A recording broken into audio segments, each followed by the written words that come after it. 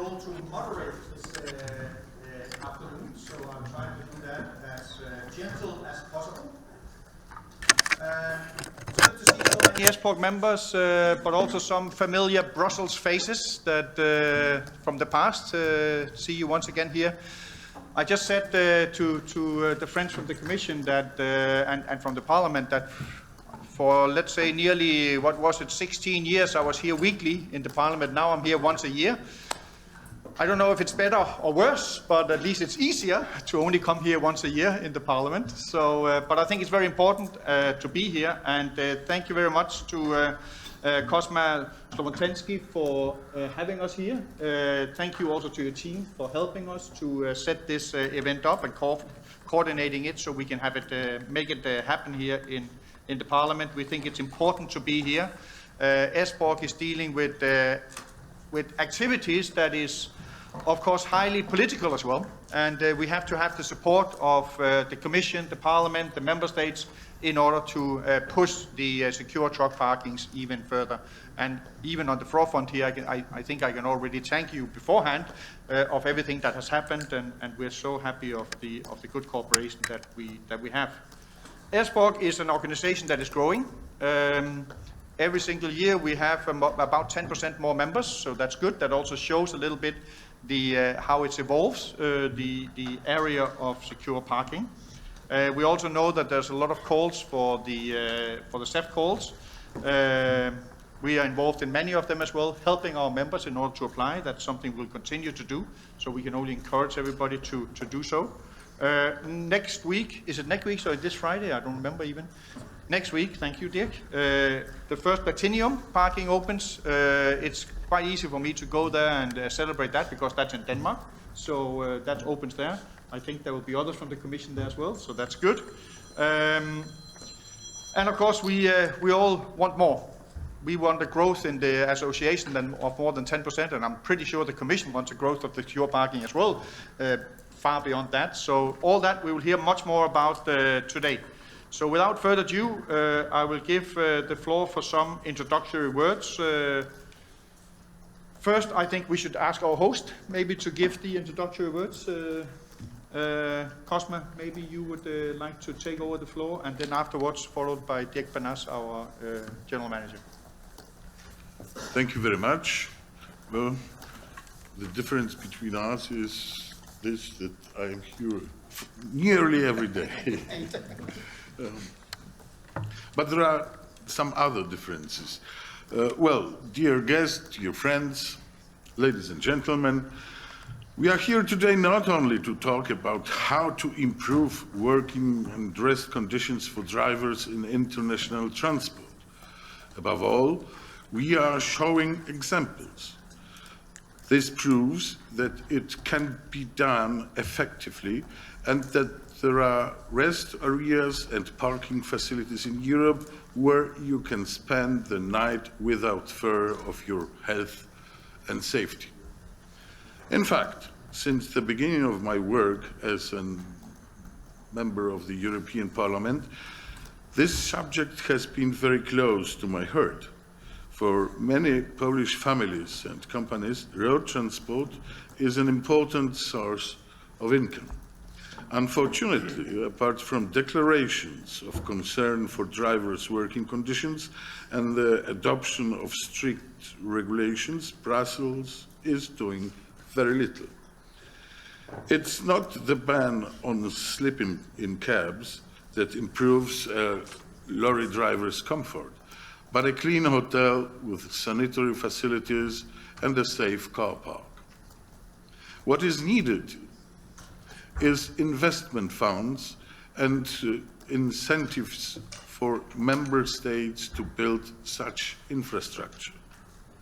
If we want to encourage young people to work in this much needed profession, we can accept that it is a daily we cannot accept that it is a daily challenge to find a clean toilet, shower or parking space.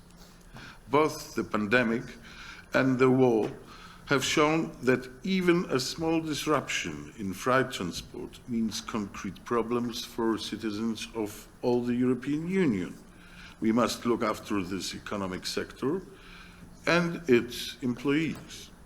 I would like to thank the European Secure Parking Organization for the invitation to co-organize this conference. I look forward to an interesting discussion which will inspire the Commission and the Member States to take action. Thank you very much and welcome in the European Parliament.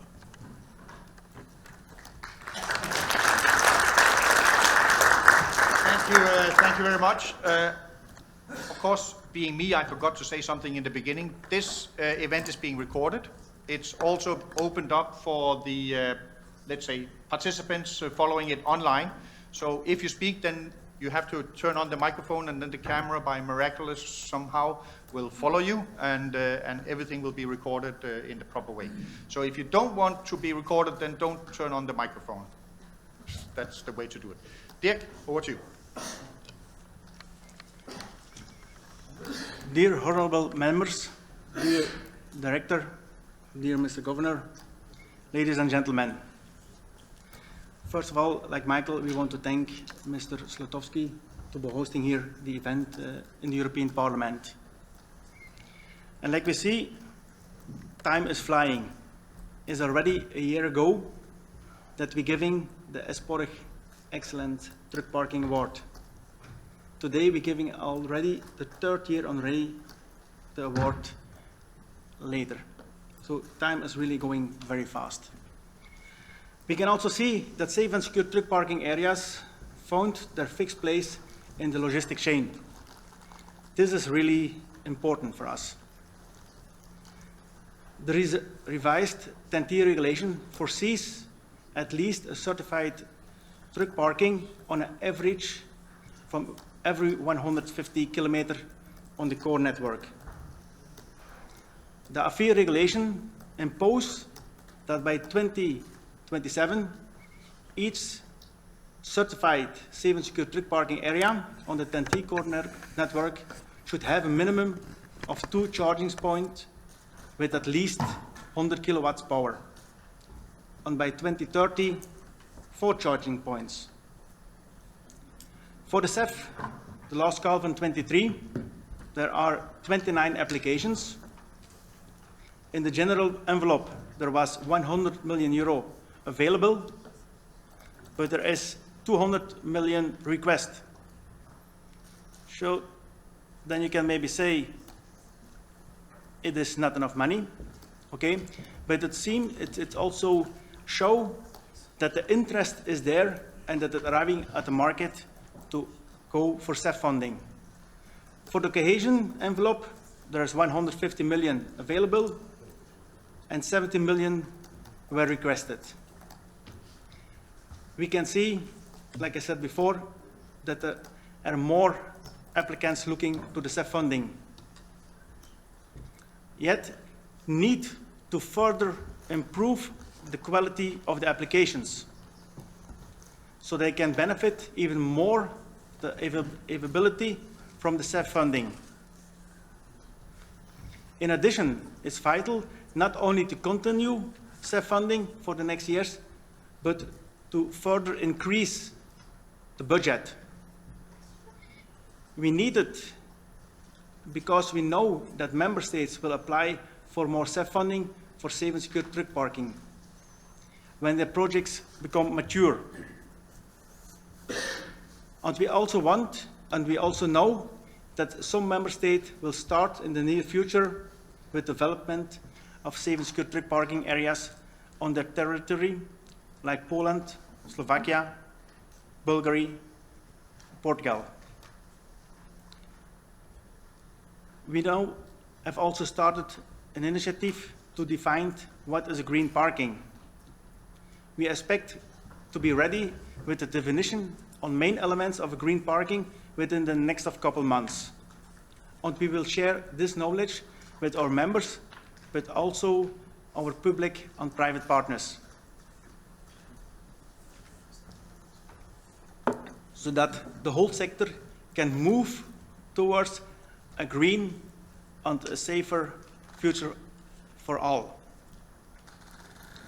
ESPCOR, along with their partners Pantea and TIS, are conducting the second study about safe and secure truck parkings, which will end in the quarter from this year, quarter 4. We are now aiming on the involvement of all relevant stakeholders and authorities in this process. Another topic that needs to be addressed is sustainable. And we know from experience that it's not always so easy. I see that there are member states struggling with the questions whether there is a real business case to invest in electrical charging for trucks. Who will do the investment? What is the real timeline? Where are charging points needed? How many are needed? How will lorry companies respond on that? And more. We already acknowledge the big shortage of truck drivers. At this moment, we have a shortage of 600,000. And it's going to be increased at the end of this decade to nearly 1 million. To keep the current drivers, to motivate new drivers to join the profession and also take care of female drivers, what is also very important. Well-being is key. On safe and secure truck parking areas are a key point where care and attention can be offered to the drivers. Well-being for drivers play a very important role. Truck drivers spend a huge amount of time at truck parkings. Therefore, safe and secure truck parkings can and should take care of the well-being and respect proper conditions for drivers. Last but not least, there is an upcoming and growing problem of crime and illegal trafficking. ESPCOR is ready to tackle this problem. The Governor of West Flanders, Mr. de Calloway, is the driving force behind the proof of concept of the MEC scanners. Those who are attending the opening from the CEF-funded parking in Jabbeke show the proof of concept. They walk and not just talk, but they talk by showing, use the MEC scanners concept work. But this concept, this experience, we have to roll out over all of Europe. We need corridors. However, this is only if the stakeholders back this concept, like the European Cyprus Council, UETR, they already did it. But we also need support from the politicians on the member states level, on the European level. We need to roll out this concept on the main corridors. The Governor is going to talk and explain later more. Together with our partners, stakeholders and authorities, we have done quite a lot of work. But we have still a lot to do. Let's do it together in a truly private-public partnership. We are ready to shoulder our responsibility and to do our part of the road.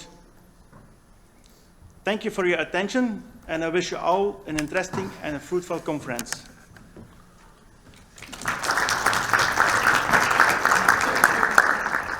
Thank you very much, Dirk.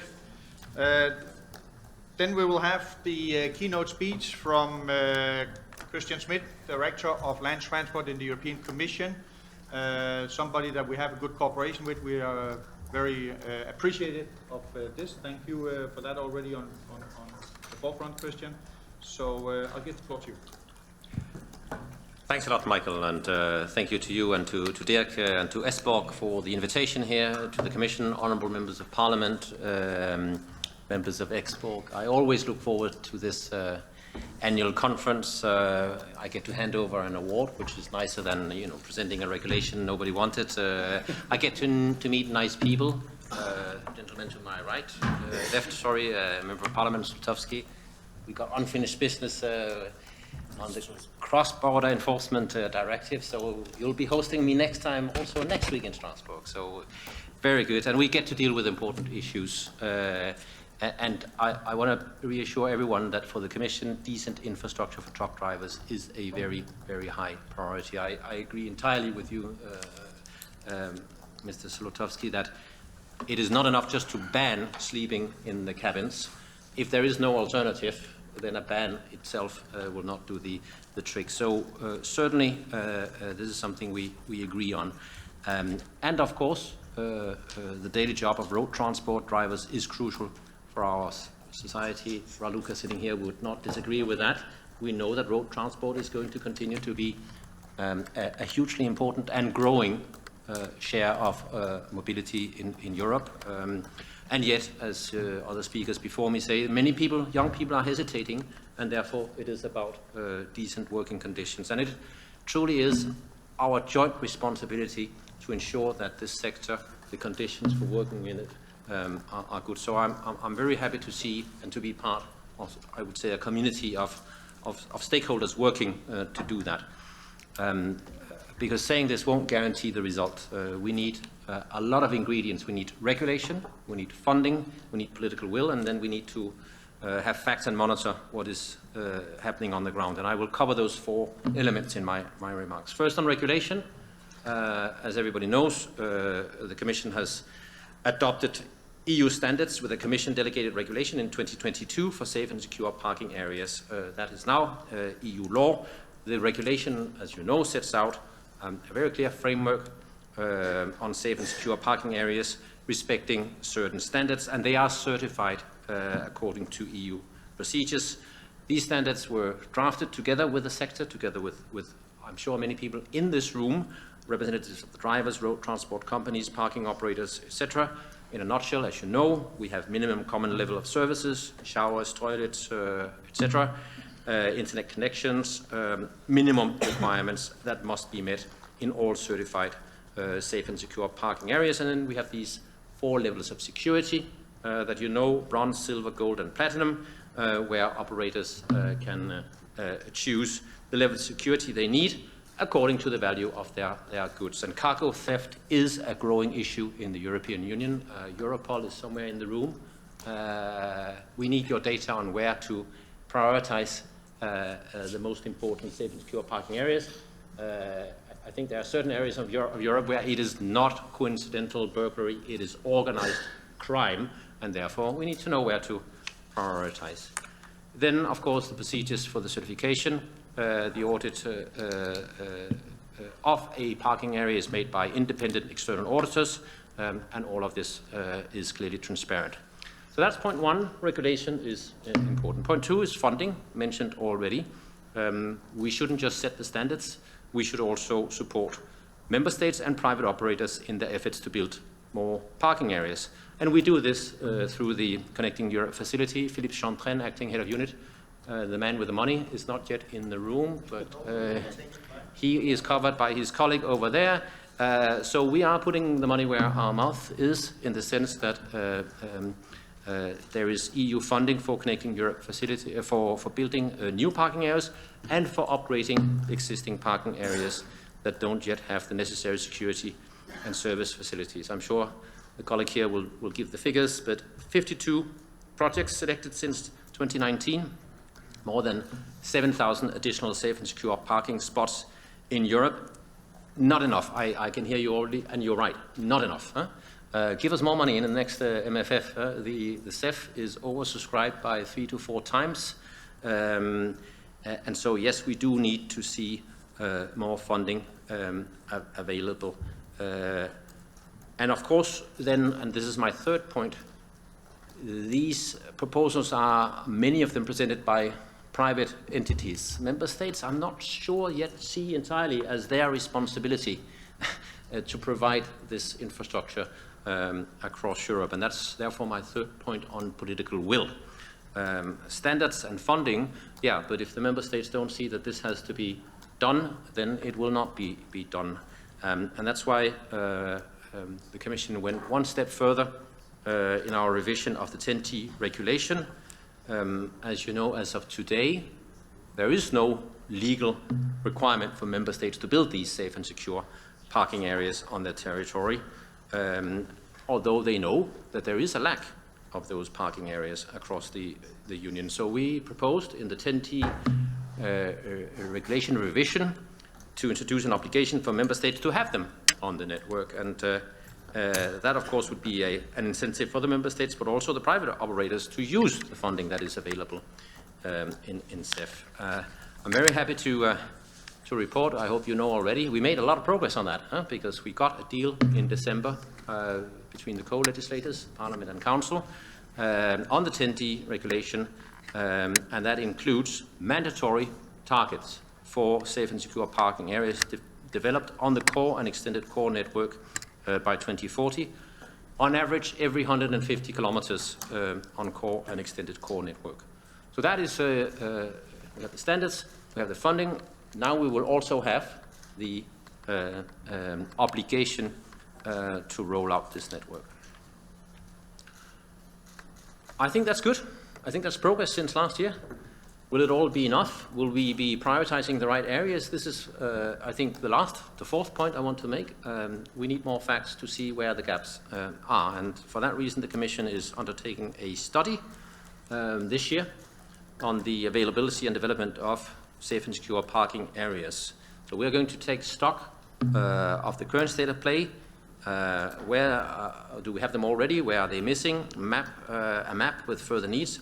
Hotspots, I mentioned cargo theft and things that need to be prioritized, a gap analysis, and then a list of recommendations on where we need to build further safe and secure parking areas. We will of course share that with Parliament, we will share it with Council and with everyone, but I can only say as we work on the study, and Eva here over to my left in green, is the person to talk to if you have input knowledge about this, overseeing the study. So please engage with us so we can get the best, most accurate picture of the gaps that I'm sure are still there despite all the achievements we've already made. You mentioned Denmark, Michael. I'm proud to say twice in a week I'm going to deal with the issue of safe and secure parking areas because I will be in Horsens in Denmark, my native country. It's in the middle of nowhere. When I last checked on Google Maps, there was absolutely nothing. There was an open field, and yet we have an invitation to a launch on Thursday, I think, or Friday, I forget, Friday, to Recharge City, the platinum level parking area where you can charge your batteries personally and charge your vehicle as well. I hope my compatriots will not disappoint. I look forward to seeing it. If it's great, I will praise. If it's not, I will let them know.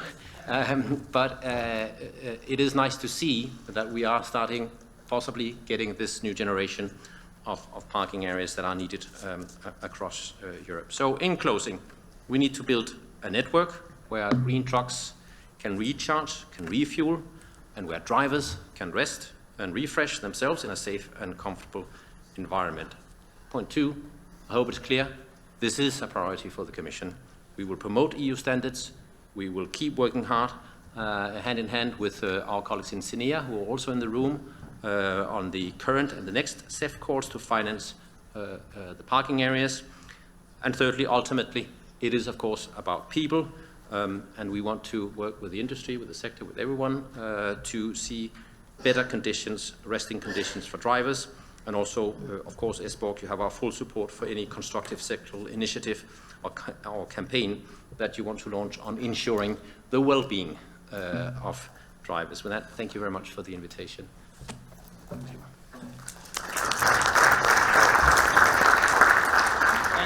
Thank you very much, Christian. Thank you very much for covering the whole range of activities that we still have to look at. Things are happening, things are moving much faster than they did in the past, and still are things to do, for sure. I can put you a little bit at ease about the location in Denmark, because I've been passing it maybe 10 times the last year, and going from a bare field into having a big hotel and I don't know how many fueling stations and charging stations and God knows what on that location. It seems pretty amazing when you look at it from the highway. So there's something to see, Christian, so don't worry. And as I understand it, it'll be followed up quite soon after with a platinum parking as well in Romania. So things are happening, and that's good to see. So thank you very much for the support also for the Commission, and I'm sure together with the Parliament and with the Member States, we'll hopefully even see more money in the future so we can see an even faster ramp up. So this was kind of the introduction to the whole thing. So the idea is now to have two kind of panel sessions where we first discuss a little bit more or dig a little bit deeper, maybe I would say, into the European Union policy framework. And later on in the second panel, we will have a bit more the industry view on it. Where are we? What can we do as the industry to support that, to push it? Where maybe even find an answer to some of these locations. How do we find these? And where can we actually, let's say, prioritize building of new secure parkings in the future? So I hope this is some of the results we can take out of today. But we already have the first panelist in the podium here. So Eva Patenska from DG Move, the Deputy Head of Units. So you're here. We also have Dario Dobolino, who's a policy officer in B4. He will also speak for Philippe Santin, who unfortunately couldn't be here. Philip, who has the money, so you will cover that. Dario, who has the money now. So, and then Carl Decaleuve, I hope I pronounced that correct, Carl, Governor of West Flanders, who will speak a little bit more about this role that safe and secure truck parkings is having, especially in your region, but also down, let's say, north of France, maybe up to Holland as well, and how we can secure that region, not only for cargo theft, but also for the illegal immigration and human trafficking that is happening, and the migrants that are happening in that area. So we'll cover, I think, quite a lot of elements here in the first panel. So without further ado, maybe I should just give the word to you, Eva. Please. Thank you, Michael. Thank you very much. Thank you for the invitation. Good afternoon, everyone. And I noticed that you didn't mention, Michael, what I will be speaking about. And frankly speaking, I didn't know until That's because you're all free to speak about more or less what you want, So I will try not to repeat what my boss, Christian, already said. But I would like to take a little bit broader perspective on the issue. Clear roadmaps, binding targets, uniform standards, and funding are certainly the key enablers for the successful deployment of safe and secure, of a network of safe and secure parking areas, and green, as Dirk mentioned. So looking forward to the definition of green, safe and secure parking areas. Maybe we should then change the abbreviation. So my boss already said, Christian already said a bit about regulatory framework, a bit about standards. My colleague then will tell you more about binding targets, about money. And I would like to talk, as I said, from the broader perspective about the values, about the key principles which are behind this need for deployment of those safe and secure infrastructure. And this would be the reply to the question, why do we actually need to make an effort, and why do we need to invest in it? And these values are, to no surprise to anybody, I guess, safety of drivers, security of cargo, and of vehicles. Now, where do we stand with the safety and security issues? Looking at the recent statistics, which are available to everyone, so you can cross-check whether I'm up to date with the statistics. In 2022, out of 20,000 road transport fatalities, 14% involved heavy-duty vehicles, which is trucks, buses, coaches. And the main cause of fatigue is, in general, fatigue. The main cause of those fatalities is fatigue of drivers. And of course, there may be many reasons for fatigue, but in large majority of cases, fatigue is related to working conditions, difficult working conditions, and poor quality of rest, poor quality of sleep. ETF, a few years ago, I think 2 years ago, did a study or report or survey interviewing almost 3,000 drivers. And the results show that more than 60% of professional drivers regularly feel fatigued, tired while driving. And around 1/4, 1/3 of professional drivers admitted to having fallen asleep while driving. So this is really something showing the magnitude of the problem on the safety of drivers' side, but also on the safety of all road users. Now to security, which is linked with cargo crime and theft, which was already mentioned here. According to Risk Intelligence, in 2022, more than 2,300 cargo and fuel theft incidents happened in Europe. Less than half are thefts from vehicles, which means cargo theft, but also theft of belongings of drivers. Less than 1/3 are fuel thefts. And these figures, of course, also include also theft attempts, unsuccessful theft attempts. But still, even though the cargo belongings were not stolen, normally such theft attempts result in a damage to trucks or to trailers, which of course translates into the losses of operators. So this translates obviously to billions of euros of losses for road transport operators. And this, of course, replies to the question, why do we need safe and secure parking areas?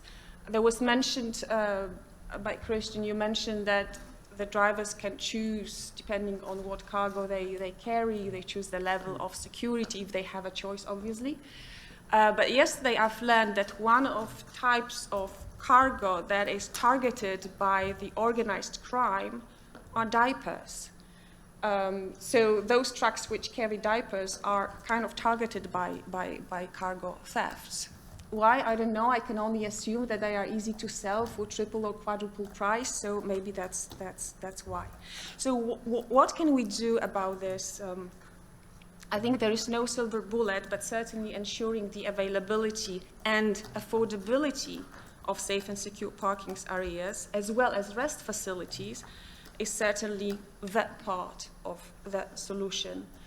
Mobility Package 1, not yet mentioned by its name, but as regulations, EU regulations, Mobility Package 1 recognizes the importance of adequate rest for drivers in safe, secure, and gender-friendly environment. Let me just remind you two provisions. One, obliging operators to ensure that their drivers take the regular weekly rest or longer weekly rest than 45 hours, to take it in a suitable gender-friendly accommodation. And the second provision, which is linked with the main topic of this, and directly linked with this, is also the obligation, of course, the obligation on the Commission to provide a clear information on safe and secure parking, which should have certain levels, meet certain minimum requirements as regards security and also the services provided to drivers. And then, following up this, we of course adopted this delegated act with all details on standards. So this is this is certainly for improving working conditions, also for improving job attractiveness. But this is also for road safety to all, because well-rested drivers normally equal safe drivers. So these figures, I think, are quite strong justification for why we need to do more, why do we need to invest more in infrastructure. And it's not only for safety and security, but also for compliance with the EU regulations. Because if safe parking is not, or suitable parking is not available to the driver, what the driver will do, he will either continue driving illegally and tired. I'm saying illegally because most likely he would exceed the maximum allowed daily driving times. Or he will choose to park illegally, meaning either on the road shoulder, because he doesn't want to breach the driving and resting times rules requirements, or in some unsafe location.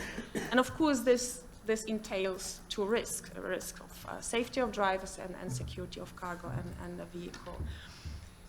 And staying in an unsafe location for a night, or even longer than that, is certainly detrimental to the quality of rest of a driver. Imagine that you have to wake up every 2 hours when you sleep in your house because you hear some noises around, and you have to go around your house and check your property or whether your belongings are still there. Unfortunately, this is the case of many long-haul drivers who have to or choose to stop in unsafe locations, or have to because they just don't have a better choice, that they wake up. They wake up at night, they go around, they see whether no one is trying to break into the vehicles, whether no one is sucking up the fuel from the tank. And this is certainly detrimental to the quality of sleep, and then it translates to the productivity and safety in daily work as a driver. And such mistakes of lack of focus, lack of attention, obviously, may cost lives in case of drivers, professional drivers. So, but the drivers do not have to do. Actually, the EU legislation forbids the drivers to do any work during their rest periods, because the rest is to be dedicated to recuperation, and a driver is free to dispose of his time as he wants, but not doing other work. And checking the vehicle, checking the cargo is defined as other work. But drivers wouldn't have to do this other work during the rest period if they had access to secure parkings, where they would be free of any concerns that something happens to the cargo or to the truck, while they would be spending quality rest in quality accommodation nearby. So this not only improves working conditions and safety and security, but this also, the availability of such places, rest facilities and secure parkings also helps to comply with the rules. In one of the studies on parking areas, after the clean toilets and clean showers, active guarding, in other words, security, was the second most important demand from professional drivers. So it really shows us how important it is to the sector to provide those safe and secure infrastructure and comfortable infrastructure. But it would not be, I think, complete in my view, saying that the deployment of safe and secure parkings network requires just investments. I think that it also requires certain mind shift in the sector.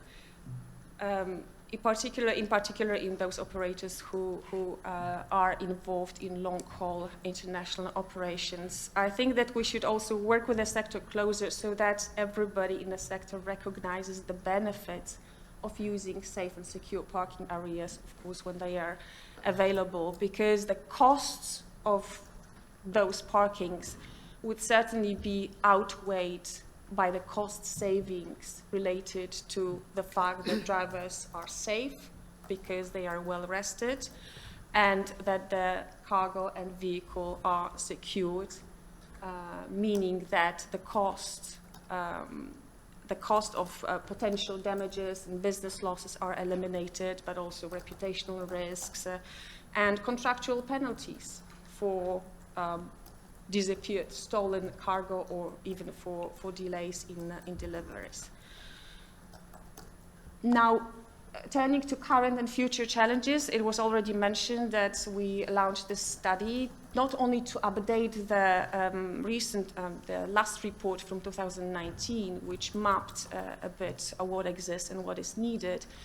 This study is a bit broader and more forward-looking. It's not only about quantitative assessment, how many exist and how many we need, but it's also about identifying the hotspots, taking into account the traffic flows, the directions, were the analysis, the gap analysis showing also where these hotspots are, where drivers would be most likely needing the longer rest, like regular weekly rest or even daily rest, but also hotspots concerning the cargo crime.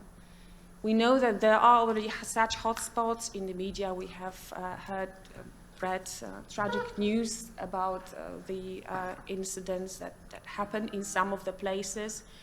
And we certainly will be working together. And of course, ESPCOR is part of this consortium working on this study. I must admit that we really have a very high expectations as to the quality and the results of this study. And we believe that we do hope that this study will provide recommendations both to member states and to potential investors so they can take well-informed decisions. Thank you. Thank you. Thank you, Ria.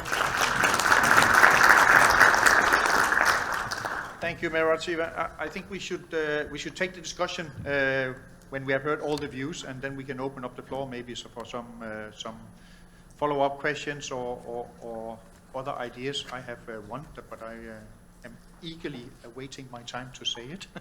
So 150 kilometers along the whole TEN-T network by 2040. So really granular and well covering network of safe and secure parking areas. Now, when we look at this, and we have a delegated regulation describing what are the standards that these areas have to meet, what are the minimum requirements. So that is a very clear framework. And we don't underestimate the challenge that comes with delivering this, but this is where we are going. Now, when we look at how road transport is evolving, looking towards 2030, 2040, and 2050, we have other elements as well of a rather massive transformation. First of all, we have more and more a need to have digital information. So if you look, what do we see when we look at these safe and secure parking areas in the future? We see definitely the toilet, the shower, the security provided by guards or cameras or something. That is absolutely clear. But we are also already today in a world where we are used and we expect to be able to plan our trip and to have accurate information. So for example, being able to quickly find the location of the truck parking areas. This is where our ITS legal framework comes into place. And also looking forward, not just the static data of what is there, where is the parking area that I can use, and what are the services is provided, what is the level of security, what are the facilities. Going forward, and this is not an obligation, but it's something that one can hope to have, also more dynamic data. What is the current availability of spaces there? How can I book? And looking a bit beyond this, we should not underestimate the other massive transformation that our road transport system is undertaking at the moment, which is the transition towards zero emission. We have CO2 emission performance standards for light-duty vehicles, and we now have an agreement on the revision of the CO2 standards for heavy-duty vehicles. And when you look at this legal framework, we do have a rather clear pathway and roadmap going progressively towards more and more zero emission, meaning battery electric and in the medium longer term, hydrogen vehicles. We see these already for the light duty vehicles, we see more cars, and we see the infrastructure there. We start to see more for the trucks, and I think we have someone from ACER here who might say a bit more, but when you look at the plans from manufacturers, it is quite clear in which direction this is going. And this is an important element for the parking areas as well. And it's a challenge, but I would say it's an opportunity as well. We are at a time when we are changing the way our vehicles work and are recharge or refuels at the same time as we're putting in place new safe and secure parking area. Indeed, it's a massive transformation, but there are also important opportunities there. It's a different business model also, if you want. What we have in AFIR, the Alternative Fuel Infrastructure Regulation, is minimum rules, similar to what we have in TEN-T for the safe and secure parking areas. We have minimum rules for the coverage of the recharging and refueling infrastructure. Because ultimately, even if the manufacturers have to put on the market more zero-emission vehicles, operators will not buy them if they're not confident that they will be able to recharge and refuel as easily as they do today with diesel. When it comes to safe and secure parking areas, AFIR sets targets for 2027 and 2030. By the end of 2027, for in each safe and secure parking area, there needs to be at least 2 public accessible recharging stations dedicated to heavy-duty vehicles with individual power output of at least 100 kilowatts. So this is the, for a trunk, this is the relatively slow overnight charging. And by 31st of December 2030, same individual power output, but for recharging. And it is crucial that we put in place these twin transition, if you allow me the term, together. Because Eva was just describing the situation of a truck driver who has reached the limit of the working time and cannot find a parking place. But you have something similar if you cannot find the recharging point. And on the other hand, it's an opportunity if you have the possibility to both have your overnight rest and at the same time as you're resting, your truck is being recharged. So the next morning, you're hopefully fresh and well rested, and your truck is also fully charged, and you can start the new day. It's also economically quite a good solution for the operator in terms of having access to relatively cheap recharging and having to rely less on a faster charging on 350 kilowatt or 1 megawatt during the 45 minutes break. So when we look at these together, we have the need to have parking areas for trucks that are safe and secure, that are easily accessible, meaning also that you can easily have the necessary information and plan your trip in as accurate a way as possible, and you can also use that stop to recharge your truck overnight in the most convenient way. So this is where we want to go, where we need to go. Of course, again, we should not underestimate the challenges that come with this. I will mention, I think you're all very familiar with the challenges linked to the parking areas as such.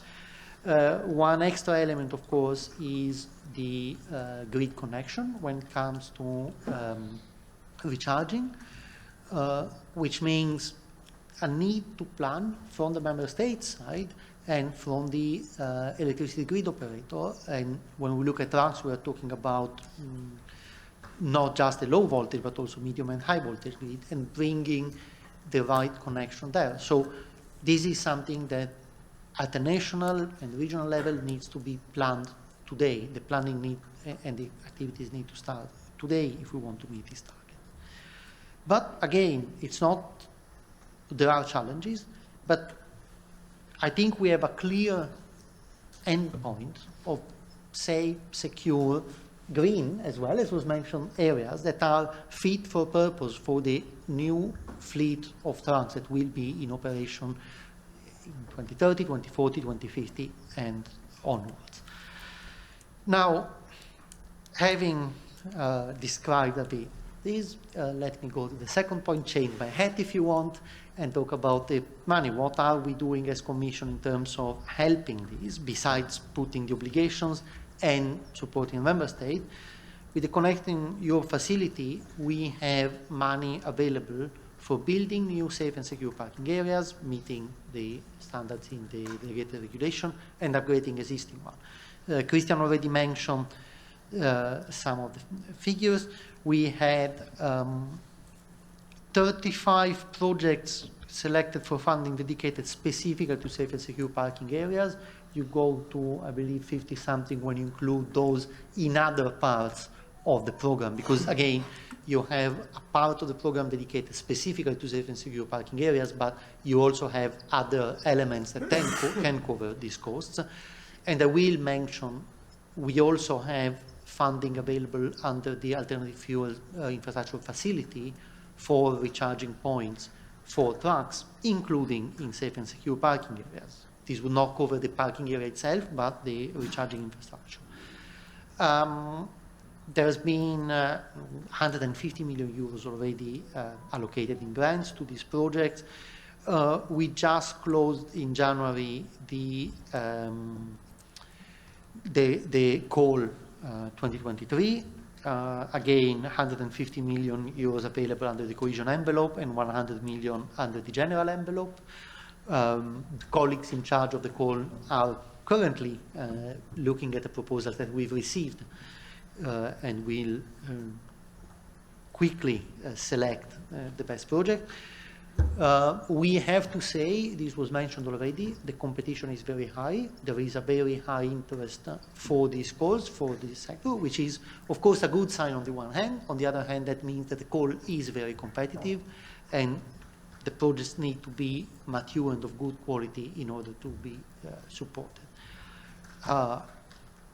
It also sends us a very clear signal. There is a high interest. We have very clear policy objectives that we need to meet. We need to be sure that we give the right support, and this will not be the last call where we offer this opportunity, for sure. Again, it's not these calls alone that will drive the transition, but they can help, and more we will see these. We expect to see these safe and secure parking areas being deployed along the whole TEN-T network. Safe and secure, and let's say green again, as was mentioned several times. Thank you.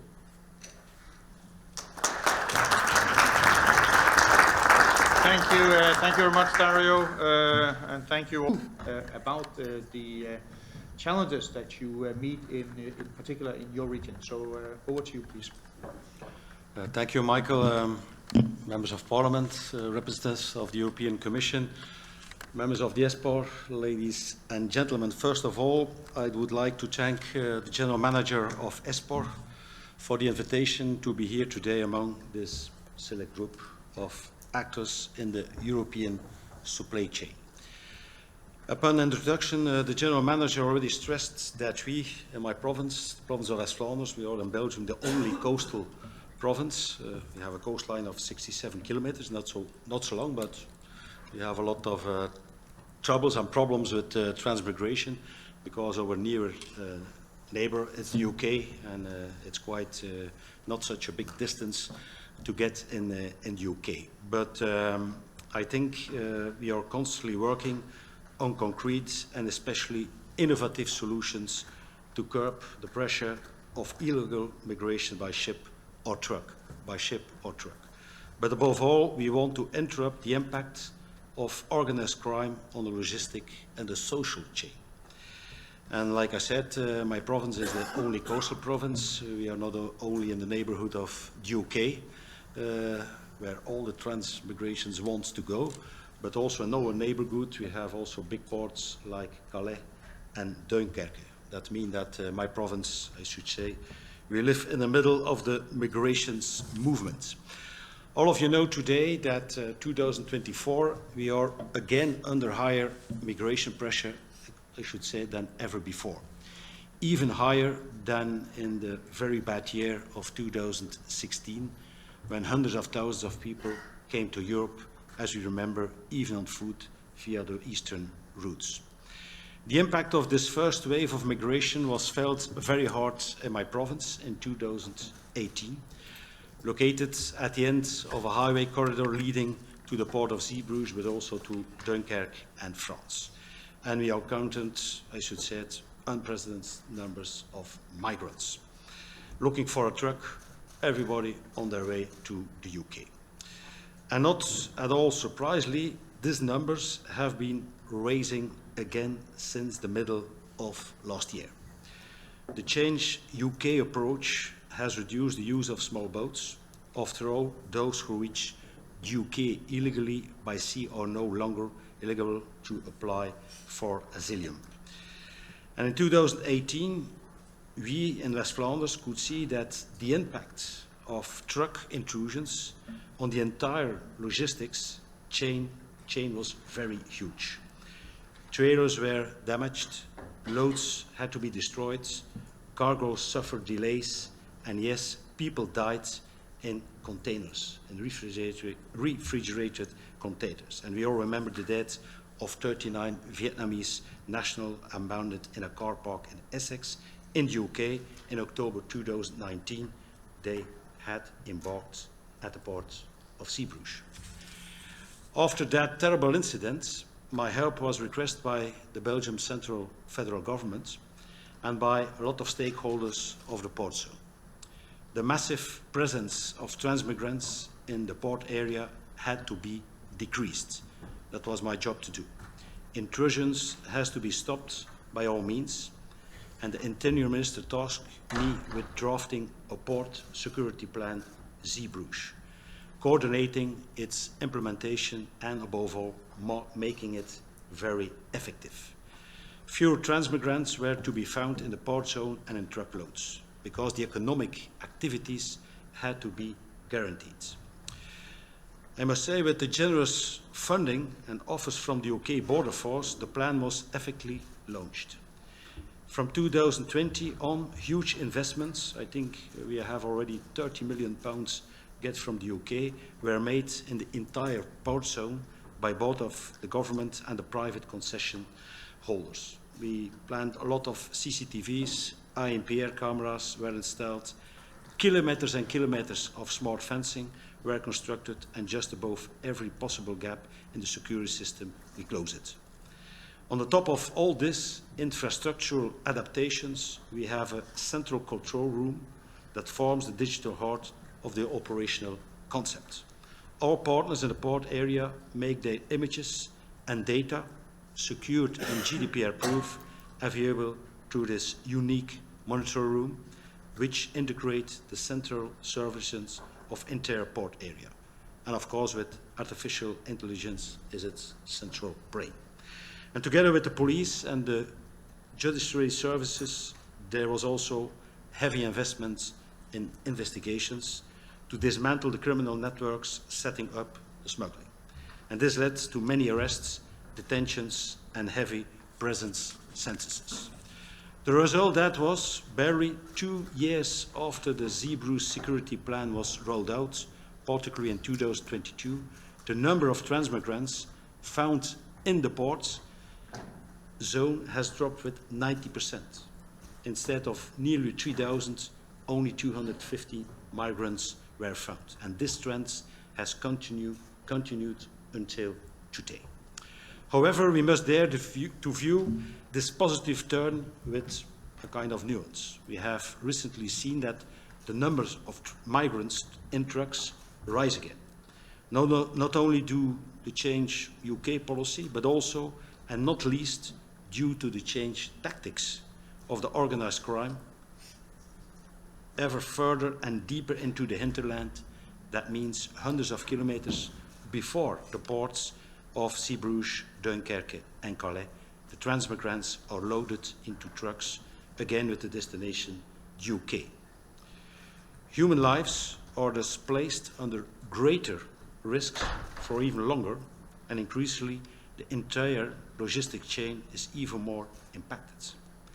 And this led us to take the next step or next level in needed security in the chain. The General Manager of ESPCOR told you a moment ago that a proof of concept with MAC address scanners was being developed for the brand new car parking on the E40 from Jabbeke in the neighborhood of Bruges. That almost is nearly the last truck stop towards the ports of Zeebrugge and also Dunkirk.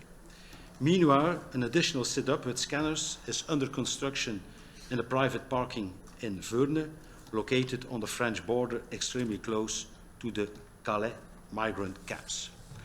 And the highway parking in Wetteren, that's just in the neighborhood of Hens, on the E40 towards the coast, were also equipment by MAC address scanners by the end of the year.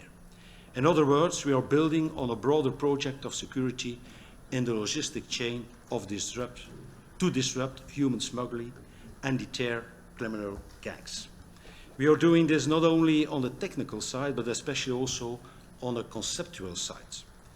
Technically spoken, MAC address sensors detect the presence of all digital devices connected to the internet via Wi-Fi or Bluetooth. An abnormal number of devices located inside a trailer could indicate the presence of migrants among the cargo. Indeed, this way a cargo is thus also checked at the inside. This allows for a check and a removal of migrants before entering the highest secured SSTPA parkings of gold of platinum level. It is also simultaneously guarantees that on the side of the secured parking, people cannot transfer or climb into another load. Consequently, this additional MAC scanning further strengthens the outward, it means on-site and outside, security provided by cameras and fencing, which should prevent intrusions into the park itself. Viewed from out a conceptual angle, and in the chain, it goes without saying that just equipping a few parkings with MAC address scanners could not prevent, of course, consequently the transport of transmigration in cargoes. This should be rolled out in many as much parkings. It must be rolled out as many criminal hotspots as possible in the hinterland, especially in the depth and ideally on the whole corridor. As a starting point, or is it a supposition, we could say that by intensifying cargo checks with MAC address scanners, combined with more available, highly secure parkings, a truck driver, a truck company, a shipper, a hauler, or even an insurer would or should be able to opt consequently and consequently for an optimal inside plus outside security check over the entire logistic routes. In digital times, this should be certifiable in one or another way. And the additional cost of opting for a higher secured gold of platinum parking could or should be compensated by providing, for example, a quicker check-in of the cargo on arrival on a port zone. I think you know it better than me. Time is money, and thus, by assumption, a simple green light activated by a digital stamp could offer a priority lane for a faster treatment. And so the idea, or is this a concept, of the green lanes and the green lane stamp was born. A truck driver who has opted for maximum scanning and optimal protection on the secure parking on his entire route gets a quicker check-in because he has a digital ticket. The green lane stamp declares his cargo clean by assumption. I recently presented the green lane concept to the European Commission Deputy Director General of the General Direction MOVE. The idea was welcomed, but implies indeed the essential precondition that the green lane stamp must be available of a kind of digital and above an all-neutral platform. That same platform could at the same time be used to offer all the potentially online available services that a truck driver expects in a car park. A similar platform, I noted recently, Michael, is already under construction within a maritime logistic chain. In particular, the URIS platform, the European River Information System, provides fairway information to all inland shippers in 13 European countries. It consists of one integrated and neutral service portal, a digital GUP, for any skipper which could or should provide the inspiration for a similar concept for a truck driver and an entire logistic road transport community. I would dare to baptize this platform on a conceptual project base, the European Road Information System. As a brother or sister of the maritime URIS platform, I immediately see a link with the European Commission's multimodal transport ambitions. This would require, the way I look at it, an important principal decision that has the advantage, or is it the disadvantage, of covering various European plans and ambitions. Not only digitalization, green and sustainable infrastructure, attractive transport conditions, multimodal logistics, but also truck drivers' well-being are involved at its stake. At my feeling, this could enter fully into strategic scope of the European Commission, but it is obviously far beyond my reach. It's for the guys next to me. Nevertheless, big changes usually start with small initiatives. By setting up a micro data lake of MAC address scanners and testing the prototype of the green lane stamp in my province, West Flanders, outback north of Belgium, I do not want to miss an opportunity to disruptively and innovatively stimulate a potential change in tackling organized crime and secure road transport. By using these new digital possibilities, I, for all, want to save lives. That's also a part of my job in my province. Whether or not the green lane concept will ever be implemented on a broad European scale will not depend on me at all.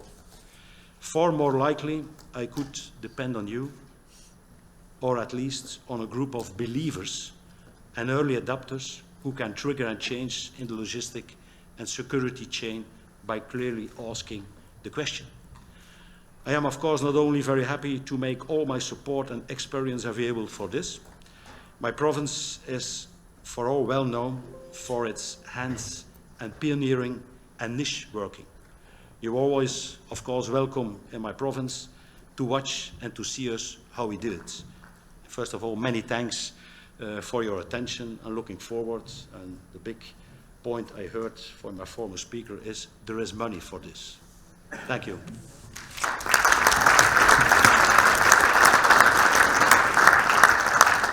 Thank you very much, Governor. Thank you, Carl. ESPCOR is already working together with you to realize this. I think that's an important issue.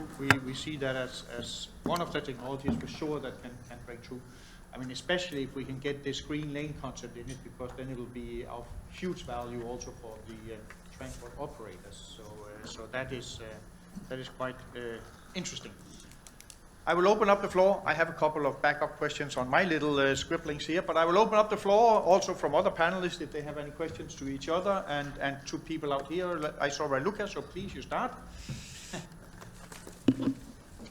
Raluca Marian, the International Road Transport Union. I have just a very quick question to Mr. Governor. What happens when, because one thing is the prevention, so when you build the fence, then nobody can go on the truck. But if these migrants are already on the truck and then they are detected through the device or other means, what are the local laws? So what happens to the driver? Is the driver arrested? Is there an assumption that the driver is guilty, or is it just, so what's the procedure, let's say, towards the operator and the driver? Because in the UK, for example, they go directly against the company and the driver. Not in Belgium.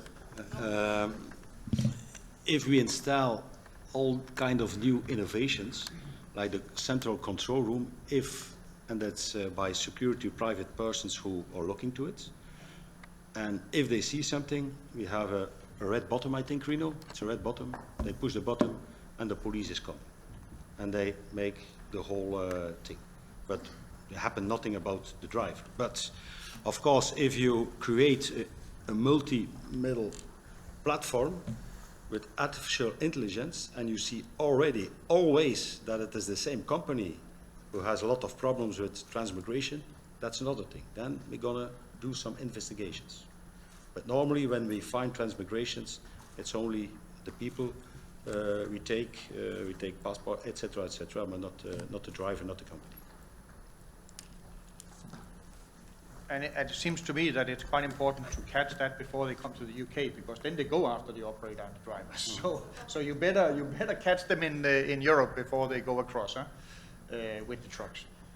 Any other comments, questions, ideas? I mean, I might have to I mean, the first one is, I mean, it was said, I think, you know, it'll be good if everybody in the sector recognizes the benefits of staying in these secure parkings, and especially also now if we get some, you know, charging opportunities in these parkings. I think one of the challenges we might even have here is that the benefits are not evenly spread amongst the actor in the logistic chain, and I would even say in the value chain within logistics. And there could probably be some benefits of having the insurance companies more involved and more actively involved in it. Could also probably be some benefits of having the shippers more involved in it, so they take more responsibility for their cargo instead of leaving it all to the operator, and meaning all the costs as well. So I don't know if anybody in the panel have any views on that, or anybody outside here have some views on it, and we'll probably take it up in the second panel as well, but I took it because, Eva, you mentioned this, and I'm pretty sure it's something that you have seen as well, that it'll be good if that could be, you know, everybody take their responsibility and help to push this. So any comments on that? Anybody daring? Christian? I will take a chance, but then Eva is most welcome to contradict me or supplement because she knows. Look, I think we should be careful not to assume that indeed everybody recognizes the benefits. The benefits are there at a systemic level. It's there for the whole system. But obviously, if you are an operator that let's say violates the rules, either social dumpings, parking dangerously, Eva's examples, yeah, you can save money in the short term. Yeah, the winner that we will award with this year's prize, I look forward to hearing about the business model, but it's clear that higher standards carries a price. Eating well carries a price. Sleeping safely carries a price, and therefore there is maybe a competitive advantage of not following those standards. And this is why we talk about the whole of the system. Unless there is strong enforcement cracking down on those who choose to ignore the standards and try to get a competitive benefits out of, let's say, cheating, then indeed those wonderful gold and platinum parking areas will be left empty, and that's not what we want. So we need, therefore, both to enforce the ban is there on sleeping, and we need to enforce it so that the choice is made to go to these facilities that are now increasingly available. So indeed, we should not be naive. Enforcement has to be part of this.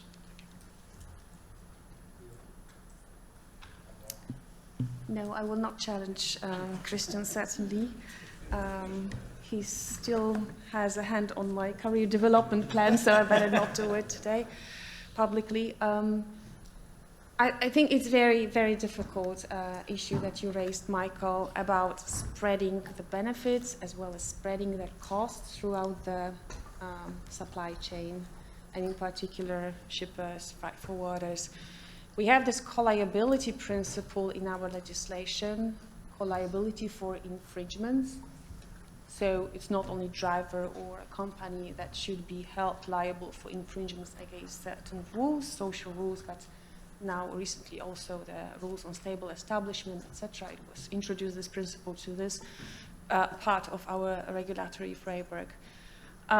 So not only them, but also shippers, freight forwarders, and those who organize the whole transport operation. But we also know from the experience and talking to the enforcement community and national authorities, it's extremely difficult to enforce this principle of co-liability.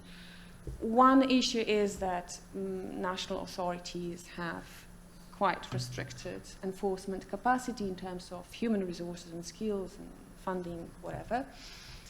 And the second thing, there's no actually clear mechanism prescribed in the current regulatory framework how to do these controls. While we have a specific requirements how to perform roadside inspections, what to control at the roadside, what to control at the premises, there's nothing really existing on how do we do these controls of shippers throughout the supply chain?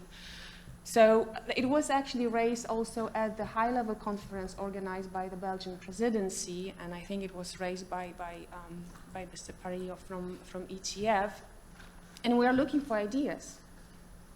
So it's, as Christian already invited you to share with Lady in Green the ideas how to improve the system. We're really looking for these ideas if you have any good practices or suggestions how to improve this colliability, enforcement or implementation of colliabilities throughout the supply chain. Because if we, logistics chain, if we know how to do this, we would probably be also able to design some mechanism how to spread evenly the benefits of using the safe and secure parking throughout the chain. Thank you.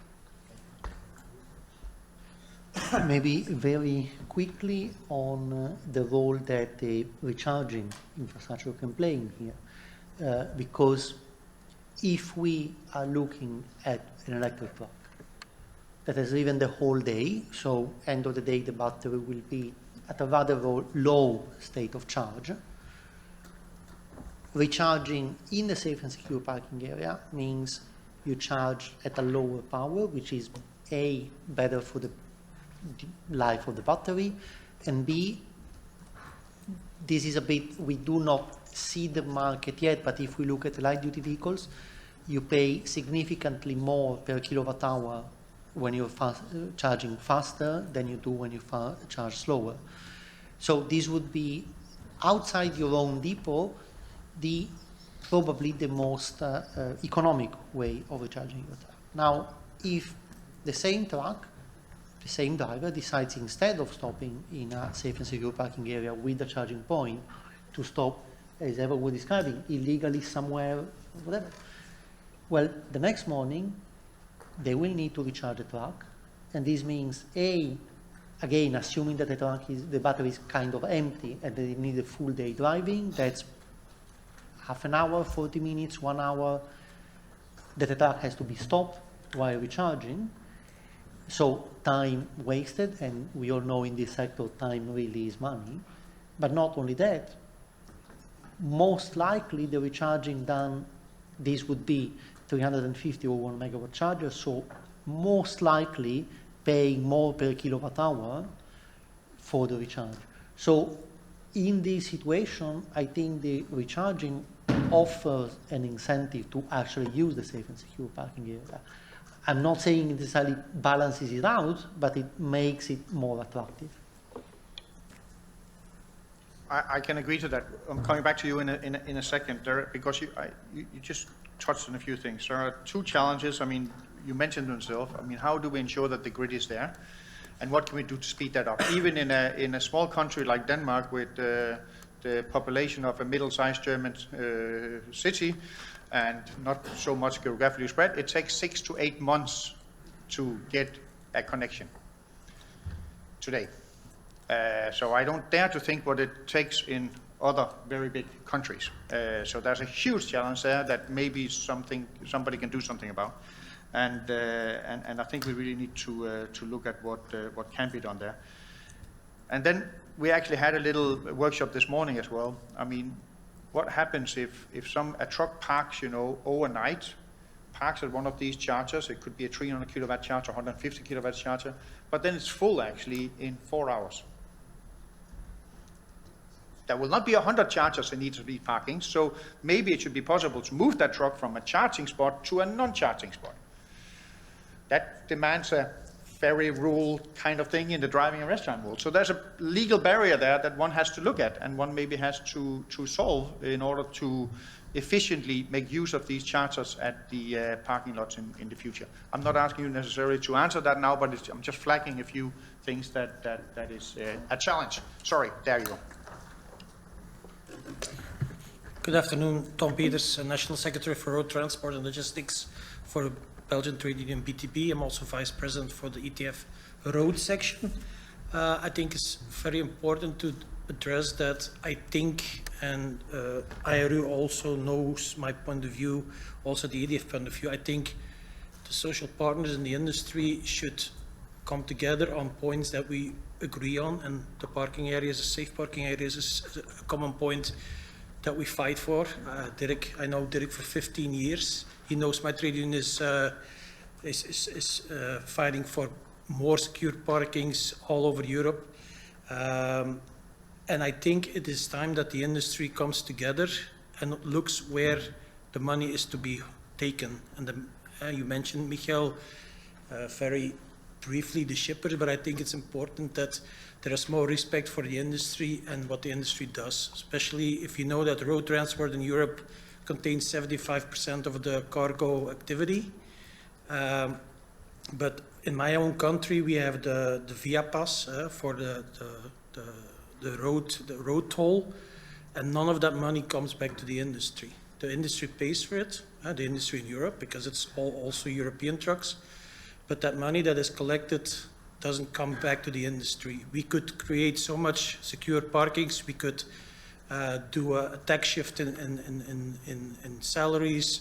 We can get better prices from the industry.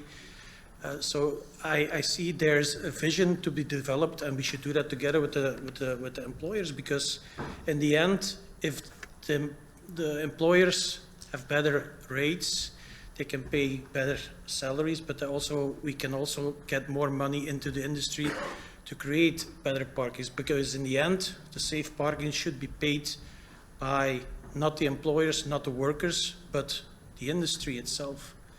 And I think it's important that we work on these topics where we have common goals, that we should, we have a lot of differences, I know that, but in the social dialogue in the 20th of March, we're also going to talk about this rating system, that if we want this industry to develop, we have a lot of challenges coming our way. The parkings is one that's been on the agenda for 15 years. Now with the Green Deal, there are more problems coming our way. But I think that we should, if we want to maintain a fair industry that pays decent rates for employers, but also for better working conditions. And I'm really happy, Eva, that you mentioned the study that we as ETF published, that also the attractiveness of the profession not only depends on better working conditions, but also a better salary and also a decent workplace for these workers. And if we see that still on the European roads, there's so many truck drivers who have to take their rest in a very, very dangerous situation. We hear every weekend fatal accidents due to a lack of parking. 2 weeks ago in Antwerp, a car hit a truck and there were 2 fatalities. There is a lot of money in the industry, but the money doesn't come to where it should be. And that's why I think we, together with the IRU on the European level, should try to work in the next legislation of the European Parliament to get a rating system, which also gives you the opportunity, Eva, to penalize and make supply chain accountability really possible. I know in Germany there's now a road to supply chain accountability law. In France there is one. Also here that the Belgian government is thinking about it. It's in the new legislation.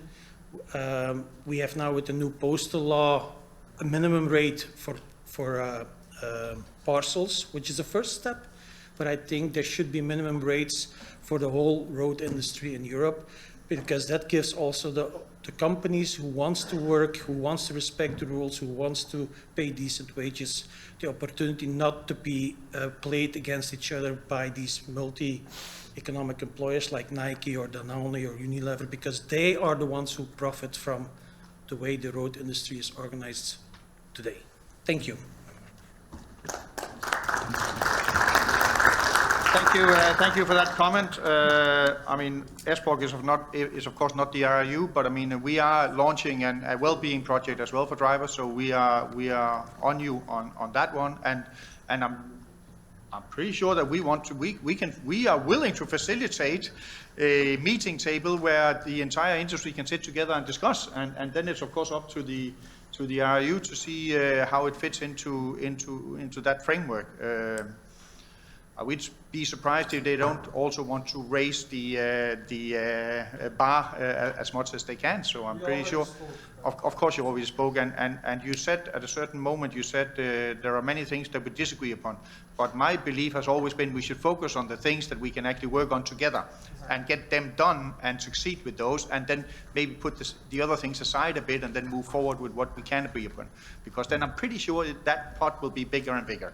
So anyway, I'm looking at Luca and Oleg. I'm pretty sure they will take that up as well. You don't have to take that discussion in here today because it's a bit wider than the whole thing, but it has an impact on whether we can deploy more of these secure parkings and make more use of them. That, of course, is crucial. Only 3 minutes past the time where I should have stopped, so it's not too bad, actually. It's probably one of my best ever. So I would like to thank this group of panelists and then welcome the other one. You're more than welcome to go down and sit if you want, but I will call you up later. Again, don't worry. So with that, should we not just thank them once again, these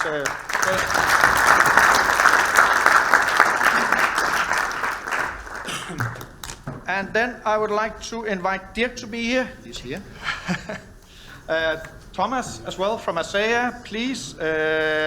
Quentin from Work. Here we go. But I'm always a little bit like this, Alex. Huh? Okay. Thank you. All right. So what we have here now is representative of the industry, most of the people that needs to get together. And I'm sorry, maybe next year we want to take the trade unions, the ETF representatives up here as well. Maybe that's a good idea to have them on the same panel. I wouldn't mind, at least, because that gives the broad picture. So I will keep that in mind, and if I forget, then let me know a few weeks before.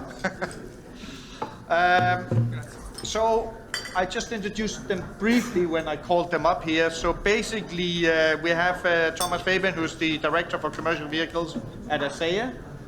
Important player, not least to see which vehicles should use these chargers that need to be implemented at the safe and secure parkings. We have Quentin Donadil from Claycat. He's there. Freight forwarders, those that decide how to transport the different things and who do it. Who transport it, we have here with Luca, a representative of the RIU, the International Road Transport Union. We have Marco, another one that represents some of those that the road transport operators from UETR. Then we have TLP, bit more national representative of the road transport operators in Poland. Then we have Gregory, BP, one of the persons that are rolling out, to say, these kind of non-fossil fuel solutions, because I know he might say, no, technology neutrality, we don't really know where we're going, but, so let's see. And then, of course, we have Dirk as ESPCOR. So the idea is, of course, we all heard it from the political session. We have a severe lack of safe and secure parking still in the EU. We have maybe difficulties making enough use of these, finding the right business plan to support it. Okay, what now that we have to implement some charging in these as well? Does it make sense? Is the chicken there, or is the eggs there, or what should come first? And I'm sure that the Commission tries to solve this chicken and egg problem by actually making this effort here, so that's good in my head. But maybe we should talk about how we can ensure that. Well-being of drivers, we heard it from the ETF representatives here. Can we do something? Of course, secure parking is a way to lift it in general, but can we do more about it? So the idea is 3, 4, 5 minutes reaction from each of you, and then we start a discussion amongst you and with the guys, and if they don't have questions, I do. So starting with you, Thomas, I think. Thank you very much, dear Michael, ladies and gentlemen. It's a pleasure to be here. Thank you to ESPCOR for the invitation and for hosting this event here. Many important things and very valid remarks have already been made, so I can be brief and I will be brief, and I will focus on something that Dario has already alluded to earlier in the previous panel. Today, you're all aware of the figures. Trucks carry almost 4/5 of the road of the freight that is transported over land in the European Union. If anything, this share will not decline. The volumes will increase further. They will grow.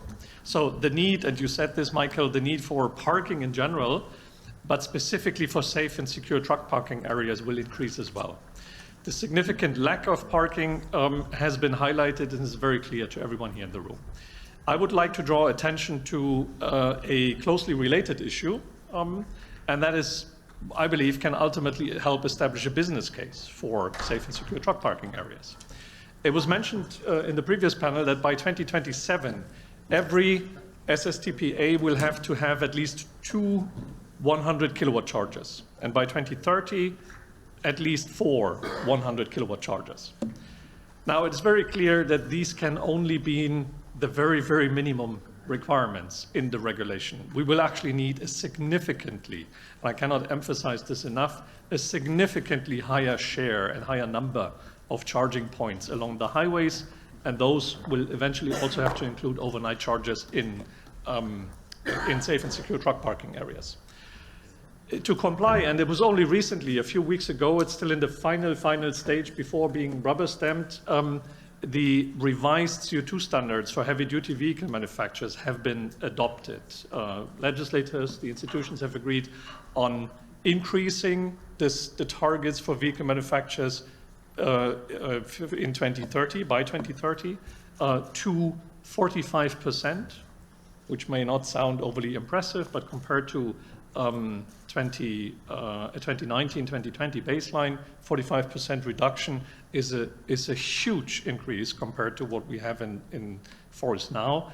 And then eventually introduce a 2035 target of a minus 65% and a 2040 target of minus 90% for all new heavy-duty vehicles registered. What does this mean? For us, it means we will have to have at least 400,000 zero-emission heavy-duty vehicles in operation within the next 5.5 years, by 2030, 5.5 years. Today, we have about 5,000 and a bit. So we have the market share in 2023 of new registrations was 1.5%, which doesn't sound very impressive, but it was only 0.8% the year before. So there's significant increase. And we expect this to, I mean, as I said, these targets, and it was mentioned in the previous panel as well, the targets that apply to vehicle manufacturers are penalized, heavily penalized. There's no way around for us to meet these targets. The sad news here in this context is that obviously meeting these targets does not only depend on us delivering, providing the vehicles, it also depends on enabling conditions, and that includes charging. Now, to be able to operate these at the very least 400,000 zero-emission trucks, heavy-duty vehicles, by 2030, we need approximately 50,000 truck-suitable chargers across the Union, 50,000, out of which about 35,000 or so will have to be capable of the megawatt charging. Today we have close to zero, a couple of dozen, perhaps. And on top of these 50,000, along the highways, publicly accessible, virtually all every single zero-emission vehicle will have to have access to a depot charger somewhere. So that comes on top. That's private charging, obviously. According to our analysis, long-haul vehicles will need to have access to public en route charging at least once per week for overnight charging, at least once per week. And that, in terms of energy, is only about a fifth or a little less than a fifth of the actual energy needed to charge the vehicles. But this will have to happen at the overnight charging sites. And the vast majority, as I said, will be of charging will happen at the depots. But this does not take away any of the ambition that is needed to for publicly accessible chargers, and that need to be available by 2030, in 5.5 years from now. You can do the math, so we need many charging points, also for overnight charging, within just a few years, and obviously the SSTPA's safe secure truck parking areas should become the prime locations for this. They will become attractive for transport operators if they offer what they will need, and they will need to recharge the vehicles overnight, among other things, obviously. I'm not here to tell you, ESPORC, or anyone how to build SSTPAs, but I can only assure you here that the demand is there and will increase very massively. Today, I understand that the willingness to pay for these services might be limited. There might not be yet a business case. But the push for decarbonization, and this is not an aspiration anymore, it is a law. The push for decarbonization will also drive the business case.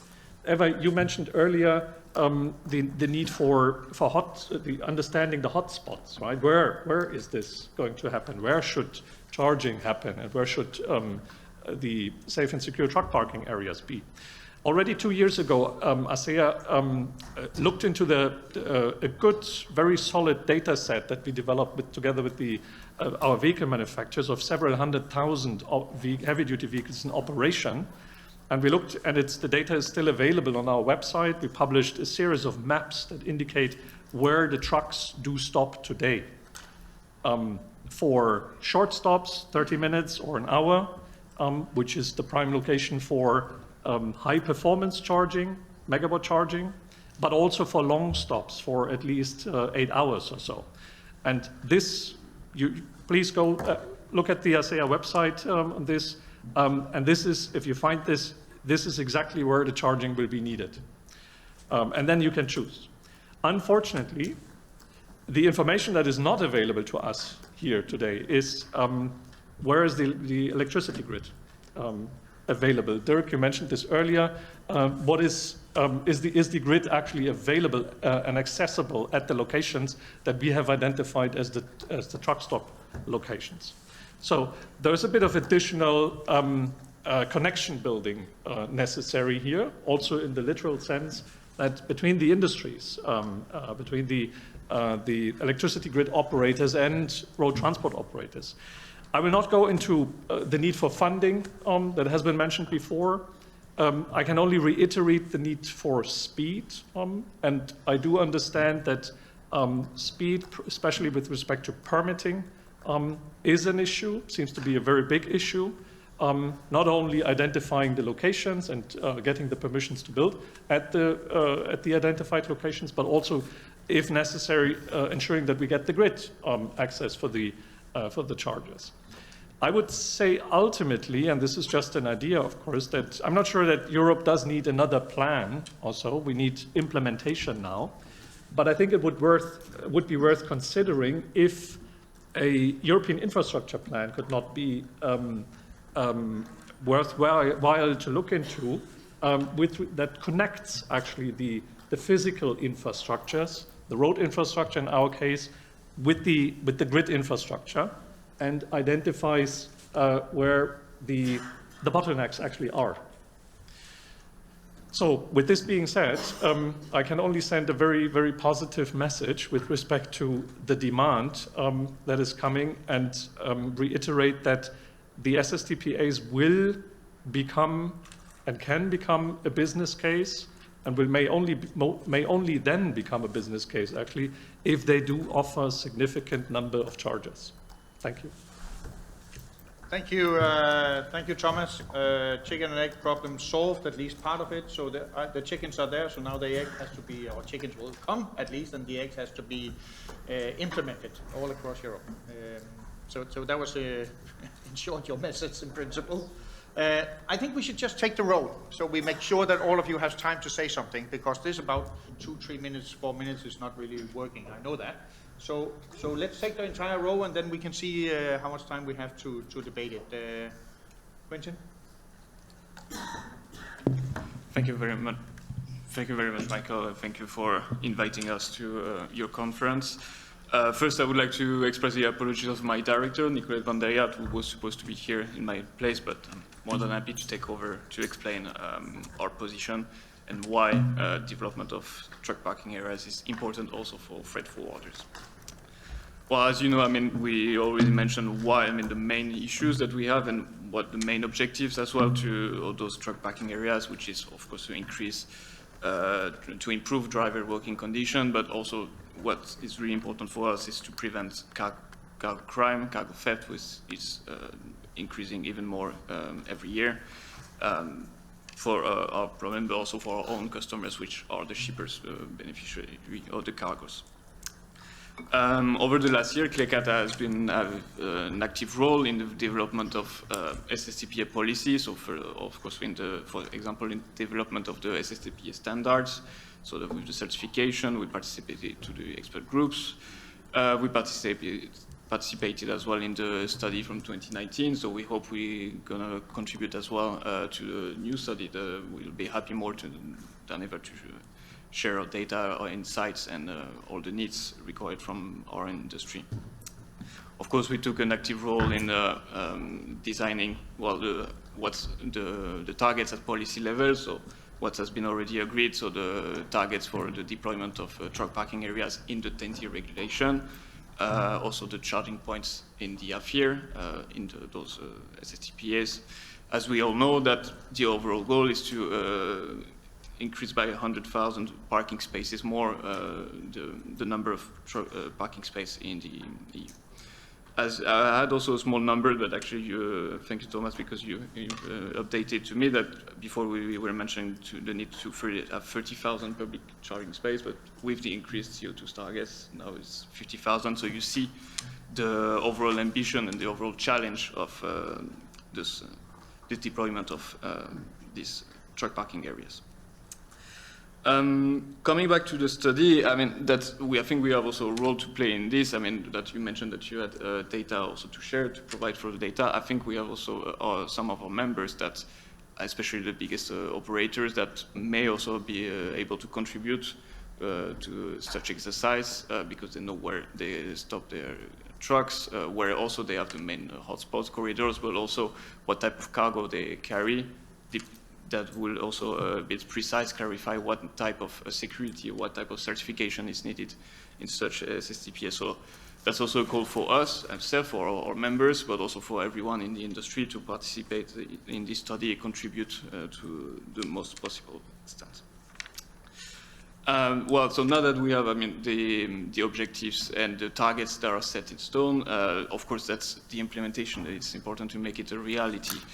If you remember last year, I mean, the last CEF call, there was only 4 projects regarding SSTPAs that have been approved, which was a bit of a wake-up call as well for us, for the whole industry, saying it's not enough and we should have much more. There's multiple reasons for that, of course. There's a question of maturity of projects, but also maybe also those should be the project applicants should be more accompanied. That's, I think, the whole point of what we're doing here and what ESPCOR work as well. So, I mean, we hope with the next call that recently closed that we have a bit more applications that will be approved by the Commission and the CNEA. So we really hope for better results because that's how we will be able to get to the targets that we need. Of course, that's the call for the SSTPAs, but there's also the question of charging points, which will be paramount as well. There's the new call in the AFIF, Alternative Fuel Infrastructure Facility, that has been launched. You heard about that a bit before. It's really, that's why we think there should be some synergies as well between those different calls, and making sure that we have both the truck parking areas, but also fitted with charging points. That's really the most important point. Maybe I wanted to come back a bit also on the involvement of all stakeholders in this, so that because we have an indirect role in that, but I think it's also important to involve member states. That's something that we said before, but also local authorities. I had the privilege to be at the inauguration of the truck parking areas in Yabeke, where you will see then, as the government mentioned, the cooperation between truck parking operator and the province to identify what is the challenge, what are the problems that are in a specific region, specific area, and how to respond to it. And I cannot call more than enough to continue this exercise with all local authorities, which might be more aware also of the local challenges, also the case of cargo crime, cargo theft, etc. So involvement of police enforcers, etc. So I think that's the main message I will have today, is to have the involvement of the whole industry, but also the authorities. That's really an important one. So yeah, no, not that we have, what's the next steps? I will conclude quickly on this, is that it's important then that also for us, we support the efforts for the deployment of the truck parking areas in an indirect way, maybe, so that could be educational, promotional campaign, also with our own members to explain the opportunities, what is important to use such truck parking areas. That's, I think, that's our role to play. We will, of course, contribute to the SSTP study. I think I can call all stakeholders to do so. But in the long term, that's a bit what we could say. We have sort of CEF calls currently, but in the long term, it's really important to ensure that there's enough resources available in the new CEF that will be discussed in the framework of the new MFF. So that's a bit also my call for the after the election for the new parliament, but also for the council, for member states, to ensure that there's enough money for transport. I think we have a large coalition of actors that will ask for it, but it's really important that we continue to have money available to deploy such parking areas, and that it continue in order to reach the targets. And with this, yes, that's pretty much what I had to say. Thank you very much. Then we move on. I mean, Rob from Pantea, he sits up there, so he has listened to there's somebody you can empty his brain and use for the study. That's good. Money for applications. There were 2 times more applications than budget in the general, and there was an undersubscription in the cohesion. So you just make a shift, and that's solved, Commission. It's simple. Or maybe not, but that could be something to look at, maybe for the future, potentially. But anyway, that was, then maybe we don't need so much more new money. Raluca. Thank you, Michael. Good afternoon, ladies and gentlemen. I'll have 3 points. I'll try to finish in 30 seconds. How much do I have? Yeah. I'm afraid it's not possible, only 30. The first one is the social aspects of parkings, the second one, the greening, and then just very quickly, I would like to touch upon the migration point. So on the social aspect of parkings, we are talking about the shortage of, or lack of parkings, but of course, for us as a sector, we are looking from the perspective of lack of drivers. So according to our survey, there are between 500,000, 600,000 missing drivers in the EU, and good working conditions are one of the main reasons for having these shortages. So definitely if we want the continuity of the supply chains, and in particular the long haul, definitely we need to do something about parkings. Now, looking about what to do about parkings, what we are seeing now and what is missing, what we are seeing now is that a lot of the initiatives are bottom-up. So we have this very needed fund, which is very good. We fought for it. We started with the unions, so talking about points in common, and we fought for it. We got this 250 million euros per year for building these parking areas. But unfortunately, again, this is bottom-up. So we have a project here, a project there, but the local awareness is often not there. We don't get the permits. Of course, we have some good examples. We have in Western Flanders very good awareness. But what is missing is to have plans started from the government, because that will raise the awareness also at the local levels, and that will possibly or potentially remove this kind of very, very local and narrow attitude. I only care about what comes to my region. I don't care about transit, and my people don't want to see these ugly trucks at the edge of the village. So that's what we see often, and that's the reason why a lot of projects are delayed and even rejected. So we keep looking for this kind of top-down approach starting from the governments, and we've been saying it for a while. It may be after this study is finalized, where we see really the mapping of the current needs, that the Commission could take an active role and see how to energize a little bit the member states, because waiting until 2040 to have a safe and secure parking space every 150 kilometers is definitely too late. So on a soft type of approach, but how can we energize a little bit more member states to take a more active role?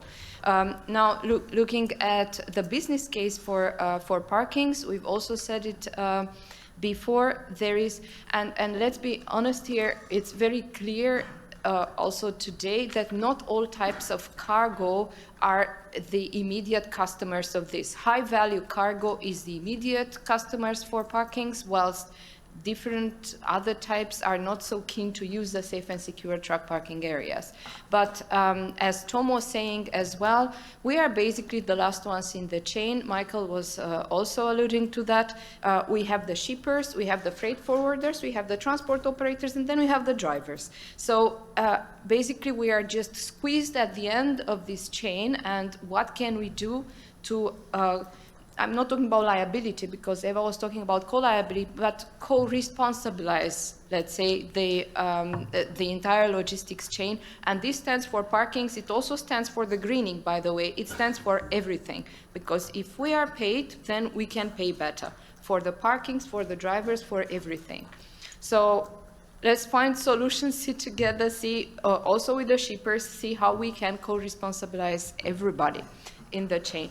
Now, looking at the greening, so here I just want to point to drag the attention at a very small but very important point that also Thomas was mentioning, and that's the grid. We have an AFIR, we have an alternative fuel infrastructure regulation on a EU level, which looks at the charging. We have nothing for the grid. We have an action plan. But unfortunately, the Commission's action plan on the grid looks a bit like what happens to parkings. So we have projects here and there, we look a bit around, see what's happening, but there is no design coming from the top down to say, no, we don't even have the mapping that we need for the parkings. We don't have this mapping for the grid. So first we need this mapping that we are doing now for the, you see a lot of analogies between the parkings and the greening. So we need this mapping, and based on this mapping, we need some EU initiative, top down, to basically have the equivalent of AFIR. And that will be one of the points of our sector in the new parliament and the manifesto that we are preparing. And last, I promised a very quick point on migration.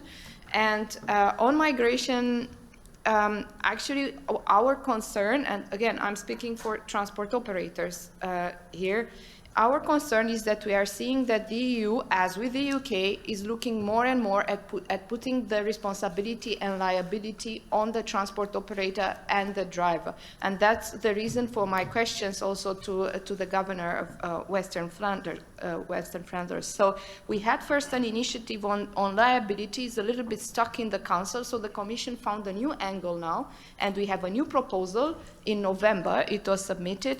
It has a very long title. It's called a proposal on minimum rules to prevent and counter the facilitation of unauthorized entry, transit, and stay in the EU. And this, in a nutshell, means looking at different angles to put responsibility and liability on transport operators. So, of course, we are very keen to collaborate, like it happens now in Flanders, and it's also a threat for our own drivers to have these illegal migrants, but looking at the wrong scapegoat to pay for everything is not the right attitude. So we are here in the European Parliament. I don't know who hears us, but please be aware that it's not the right direction to look at putting everything on the last people in the chain. Thank you.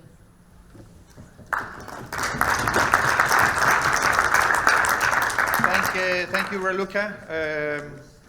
Marco, you're also representing some of the operators. I think even you have one that is out in the West Flanders, if I remember correctly. So please. Thank you. Thank you, Michael. Well, it's the second consecutive year that we are here together at the European Parliament to address parking areas.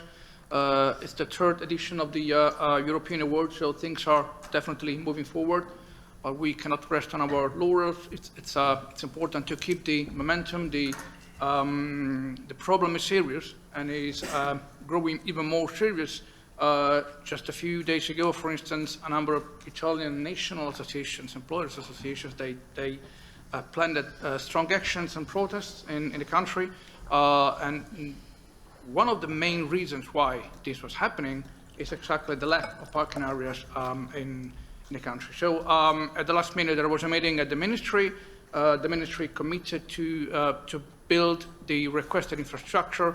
The request was hundreds and hundreds of parking spaces, that's only for Northern Europe, only for one single port city. So you can imagine how this is getting more and more serious. So that's why we're here, to identify and to agree on common solutions to be implemented as soon as possible. So challenges are there. I don't want to repeat what the other distinguished speakers I mentioned before. Just a few points. Well, of course, the regulatory hurdle, legislation is there, mobility package, AFIR, 10T, it's time to implement the legislation, which is great. But of course, it's time also to address, for instance, the how to regulatory consider and harmonize the approach to land use, for instance. We have the technology, connectivity, and harmonization challenge. We have the financing challenge, which is the elephant in the room, of course, and users' acceptance of the parking areas, including the painful matter of the process and costs, of course. So what we can do as an association? Well, first of all, I would say collaborative partnership, but not just as we are just doing here today, which is amazing, also at the national and local level, via our national members. Most of them, they are deeply rooted to the national level, to the regional level. Regions are important. They decide in most of the European countries. So this is key. Secondly, a data-driven decision-making process, providing data on the needs of the operators to make sure that the decision-making process is at best. The opportunity, for instance, with the recent study on the European parking areas is a great opportunity. The surveys are ongoing. So let's see. Finally, I will say raising public awareness. It is not obvious the importance and essential role of parking areas. I'm sorry, it is not obvious for the general public, not obvious for the local policymakers. That's our main goal and mission here, to spread the word. The opportunities are there. I would say, first of all, financing. EU funds are an opportunity, but we always talk about CEF, which is amazing, and we are very thankful to the Commission, the Parliament, for the work they have been doing so far. Things are really moving forward, but let's not forget other pieces of legislation. I would like to see earmarking taken from Eurovignette or taken from other pieces of legislation with the taxation schemes. Okay, we are ready to pay more, but we need to make sure that what we pay more will be, for instance, reinvested in the parking areas and other important infrastructure for the sector. Second opportunity I see is PPP, even if for market companies that are represented, it's been more challenging. This might happen, for instance, with the consortia in a number of countries. Third opportunity is the commodality or intermodality connectivity, to make sure that there is an integration between the parking areas and maritime and railways modes, other modes of transport, to make the logistic chain more effective and more efficient. And of course, the environmental opportunity here, with parking areas acting as hub with charging points and making the green transition happening, addressing all the challenges which have been listed before. And last but not least, I would say an overarching opportunity here is to the real economy and to society in the EU to rely on hauliers and drivers. I don't see this as a dichotomy. They are part of the same reality. And in case of market companies, in many cases, the employers are also drivers. The opportunity to the real economy society to rely on hauliers and drivers and their capability to deliver goods everybody needs in an environmental, but also, let's not forget, social sustainability. Thank you very much. Thank you, Marco. Earmarking has been discussed for many, many years. God, it would be great if it was easy to do. Then we move to maybe a more national point of view. The operators in Poland, are they ready to use the secure parkings, and are they ready to invest in the electric trucks and use the charging stations? Or how does it look? Maybe that's a little bit too much to answer, but please. It's not too much. Good afternoon, everyone. They are ready to use the parking areas for sure, but they are waiting for them to be there, unfortunately still. So a lot has been said about that, so not to repeat what has already been said, I would like to point out two things. But firstly, let me share with you one additional data that hasn't been shared yet. For example, last year we asked Ms. Iwona Blecharczyk, which is a Polish tracking girl and the owner of transport company, to conduct a survey among the drivers themselves about parking lots. And one of the questions was, have you ever considered quitting the profession of the driver when seeing how the parking lots look like across the EU? We got responses from almost 1,800 drivers of different nationalities, not only Polish, but many other different European countries. Imagine that 66% of them said yes.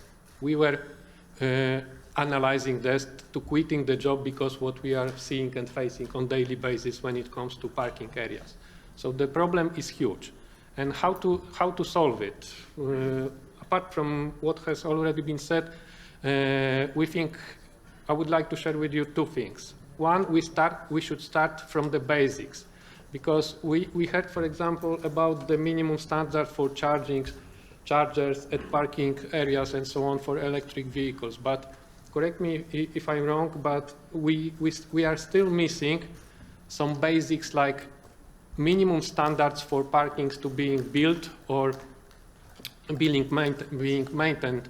I mean, how many number of toilets should be there? How many number of parking spaces should be there? And should there be hot running water? Because this is not obvious, unfortunately, across the EU in 21st century. And this could be easily, this data could be easily to obtain, for example, by road operators based on the traffic flow information and traffic flow data. So that could be easily answered, and this should be there on the EU level, in our opinion. Minimum standards, minimum requirements for every single parking areas. What should be there in minimum, at least? And the other thing, how to finance it. It has been already said, and this is one of our proposals as well, that we presented those proposals to the European Commission, and we cannot understand the issue that our operators pay a lot in every country of toll fees.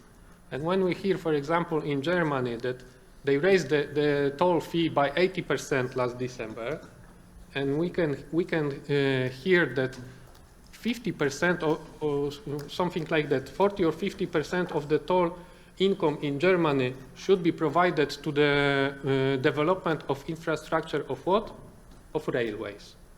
So we don't understand it. As road transport operators, we don't understand it, why this money cannot go to the infrastructure of road transport, and in particular parking areas that we are talking about. Because Marco said it, and ETF representative said it, the money that is being paid by road transport operators for the tolls only should, at least in some percentage, of course, be reinvested in parking areas safe and secure and well equipped for the drivers. And in our opinion, that should be mentioned on the EU level as well. So not to boring you any longer, thank you. Thank you very much. I mean, the EU standard for safe and secure truck parkings is actually defining this. So maybe if that was used, then at least in the basic bronze level there, you will get a lot what you needed if you kind of implemented that for the parkings. But it's true for non For parkings that are not following the EU standard, then of course, and is not certified on it, then you don't have that guarantee. But we all, I think, hope that will spread even further. So you have that kind of guarantee when you're a driver that what you see is what you get. So if you go into a bronze parking, you know what you can expect. When you go into a platinum parking, you know what you can expect. That's the whole idea, I think, for the EU standard to make that. So now it's only a matter of getting that implemented on all the parkings in the EU. Germany, they kept it within transport. I mean, now when they're discussing it in Denmark, they say that a certain amount of the money, a big portion of the money, goes to elderly care. So outside the transport sector.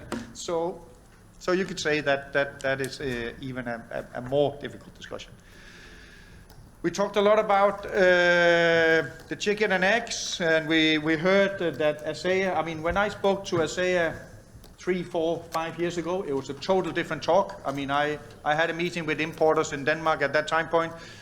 They said, forget about this. I mean, it will be the combustion engine, and this will be for a long, long time. And things has evolved. And I think all of us are happy about that basically also the manufacturers have seen, maybe because there were certainly manufacturers coming from countries way outside the EU, that was also suddenly supplying a lot. But I think it's great. I think it's really good, Thomas, and that gives huge demands to have somebody that can fuel it, that is not, let's say, fossil fuel, and whether that is that we all talk about chargers, I mean electric chargers, or whether it's something else. I'm pretty sure, Gregory, that you can enlighten us a little bit on that, please. Of course. Thank you, Michael, and good afternoon, everyone. I'm afraid Michael's got my number. In the top of my notes is BP have a multi-energy fuel strategy. So my only regret is I didn't print him a scorecard with a bingo sheet where he could have ticked off the catchphrases. So, but it's true.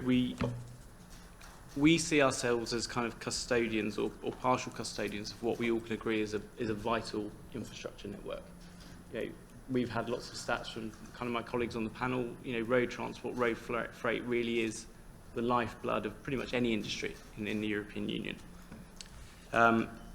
With that comes an opportunity, a challenge, and for some of you, I'm sure you feel like an obligation that actually you have to transform while protecting your existing business interests. This is another one for the catchphrase sheet. It's perform and transform. You've got to kind of do those two things simultaneously, and it's not easy.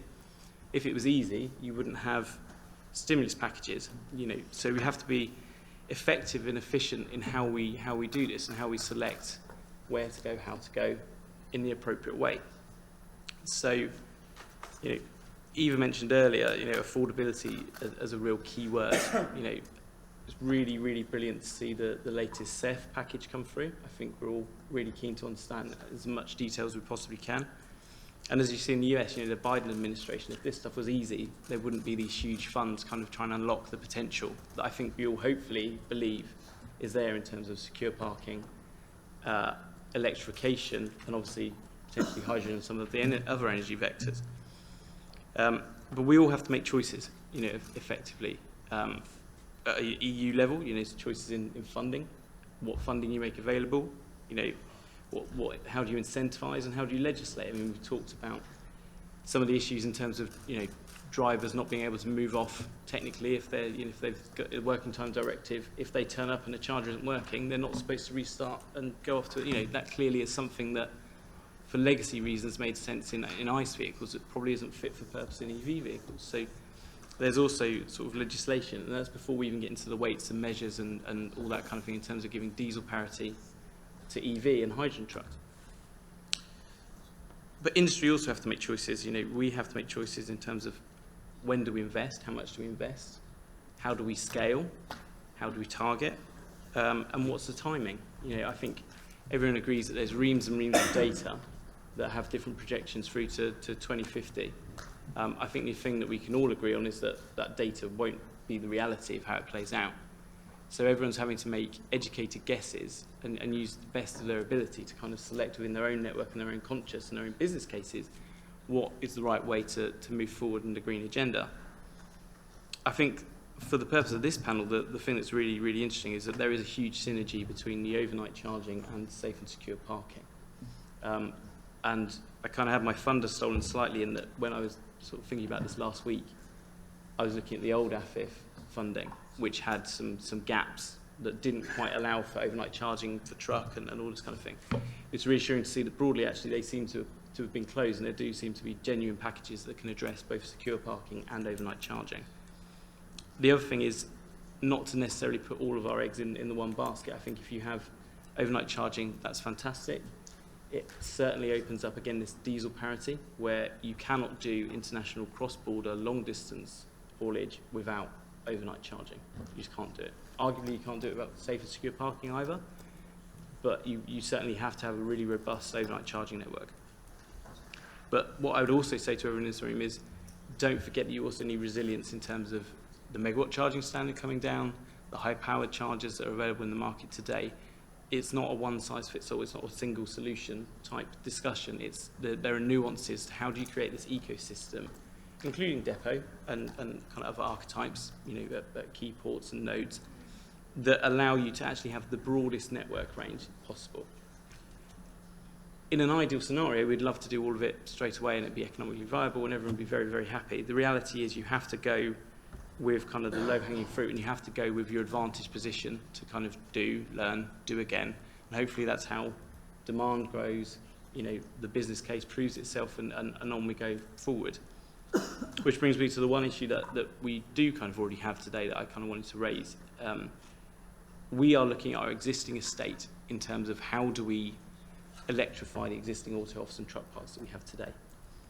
Technically, our understanding interpretation is that if we turn a parking bay into a charging bay, that can no longer be classified as a safe and secure truck parking bay.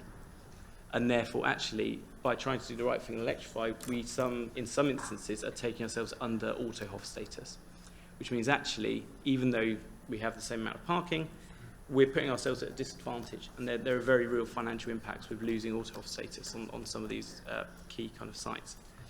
So this is another practical example of, there should be synergies between safe and secure truck parking and overnight charging, so they're not in conflict with each other. You're not sacrificing truck parking for truck charging. You're doing it in a structured, incentivized, collaborative way so that we ultimately deliver what the industry needs across all fronts, effectively. And I'm conscious of time, so I'll kind of leave you with this, but generally what's good for truck parking is good for overnight charging. And it's good for truck charging generally. If you have concrete that already pays for itself, the business case is there, you may or may not have received subsidies to do that. The lean into then electrifying that is a lot easier. It's a lot easier than doing everything as a complete new to industry site. So again, it's not a race to the finish line. There are stages in this process in terms of how we all move together as ESPCOR members and as an industry to make sure that we're really in lockstep to try and unlock this industry. And that's it from me. Thank you. Thank you, Gregory. It's important that we walk in sync, Anjali said, all of us, because otherwise we will probably fail. And I think there is definitely a lot of challenges we still need to overcome. And it's good to have, let's say, the energy companies around the table as well, because that is necessary, I think, for the future. So we do it right. Dirk? Thank you, Michael. You put me in the last position, so a lot of arguments are out. And my girlfriend always saying, you don't listen always, but now I'm listening very well. And what I mean with that there is nobody against parkings. Everybody wants to have parkings for their own reasons. And I don't going to explain anymore why, because it's clearly from the panel that's there. But the thing is, 80% is coming out of the private sector. They invest in parkings. When they are not used, you have no business case. Everybody's talking about it, but the using is not sufficient enough. And CEF is great, it's a great program. But the funding is there to survive. There is the funding for, to survive. So I think we have, the next step is a mentality change. To really to go to use the parkings, And when there's nothing going to happen, we stay in a status quo. The safe and secure truck parkings, they are now already there, that are believers in the system. But without users, it's not enough. We have to use the parkings. That's key. And there have to come a mentality change, that we are willing to pay for a parking. That have to come, because otherwise we status quo. That's like this. The other thing, we mentioned also things, but we are involved in a study that's going on together with Pantea and TIS. We have surveys for drivers, for lorry companies. Please help us with your input, that we can create a great and strong study, that we can put something on the table in September with reliable information from every side from the table. So I'm asking you, please be involved in the study, coming with information, everybody with his topic, everybody with his goal, electricification, well-being, connectivity, everything. Because we have to give a good report to the Commission. And the first study was great because the EU parking standard is coming out. But the works don't stop there. It's just beginning. That's my point. Thank you.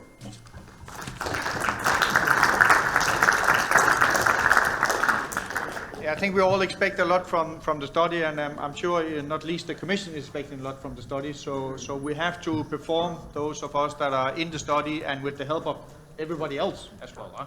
So we really count on your involvement as well. And I heard many people here that are willing to contribute, and I do know these maps of ASEA as well, and I think they are also quite useful in this regard.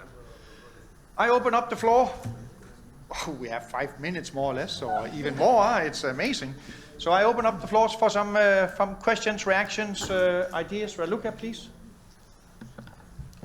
Because I haven't had the opportunity to reply to Tom, and also earmarking has been mentioned several times. Just to give you an example, the American Trucking Association, which is also our member, they always tell us that they are happy when in the US they raise charges for roads and so on. Why are they happy? Because they have earmarking. So we are looking at the US for many things, digitalization, greening in California, but nobody is following the earmarking in the EU, I'm afraid. And that's a very old discussion. It seems that in France is even constitutional law that doesn't allow the EU or whatever to do the earmarking. So I'm afraid that it's a very nice ambition to have. We are always asking for it, and we don't get it. So ETS is another example. We also have part of our ETS going to rail, or so it's always there. At least in the ETS, we managed to get at the end that part of the fund is dedicated to greening in general. It can be greening of buildings, okay, but at least to greening. So that's so much I can say about the earmarkings and our hopes for it. But coming back to what Tom is saying, of course, Tom, we are discussing with ETF on these aspects, and probably we will we will also co-sign a statement soon, and we will definitely we will set up a special committee within the social dialogue to work further on this aspect. So we don't have to debate it here, because we have our own forum to continue the discussions. We're happy to do that. Fantastic. So the marriage worked immediately, and by the way, you were married already, I know, in some way in the social sector dialogue. So, but that's good that we also contributed to that one. Marco? Yes, of course. Yeah, thank you, Michael. A very short comment on this never-ending story of money from Brussels, from other pieces of legislation, taxation. Well, we have to be pragmatic here. We need to understand and make stakeholders and free to understand that we cannot ask everything to Brussels. So we have to do our homework and push at the national level, coming back to my previous point. So what you cannot get from Brussels, There's no silver bullet here. You have to get from the national level. You have to get from the regional level. So you have to root this exercise in a kind of top-down approach and work in a smart manner. Otherwise, it's always pointing your finger to Brussels, which is doing a tremendous job, but they cannot cover everything. So it's just a matter of understanding how to proceed, splitting in a kind of multi-layer dimension action, national, regional, European level. Thank you. I'm just thinking about how I should respond to that, because I think we need the EU in order to push and to set the bar for what the member state has to do. And then I think the member states should be pushed like crazy in order to meet that. I mean, because that is probably one of the big lacks that we have. Huh? We could have great plans and great ambitions and even money set aside to do things, but then there's somebody who's not doing it. And that's the one we have to push, because we should be careful of not turning what you said to something, to these guys down there shouldn't do anything, because you need to do something. You need to set the standards, you need to set the bars, you need to set the ambitions, and then the member states need to implement, and we have to push them to implement. I think that's incredibly important. Thomas. Yeah, and just to reiterate and echo what you just said, we believe that the next Commission actually should indeed think about or not invent the new regulation framework, right? It should now be about implementation, and we may or may not like what has been adopted during this term, but it is in force now, largely. Now it is about implementation, and implementation, as you rightly say, doesn't lie only and cannot only lie on the European level. This is where everybody on all levels, and not only policymakers, also stakeholders around the table here and others, will have to live up to the ambition that has been set now. Well said. And yes, please. Hi. We are an operator of transport company and secure parking in Calais, and we would like to know what about the mobility package now. Is there still opportunities to invest in hotel as a secure parking or not? Because I have read that the lawyers of the Justice Court of the European Commission was against this law regarding the ecology.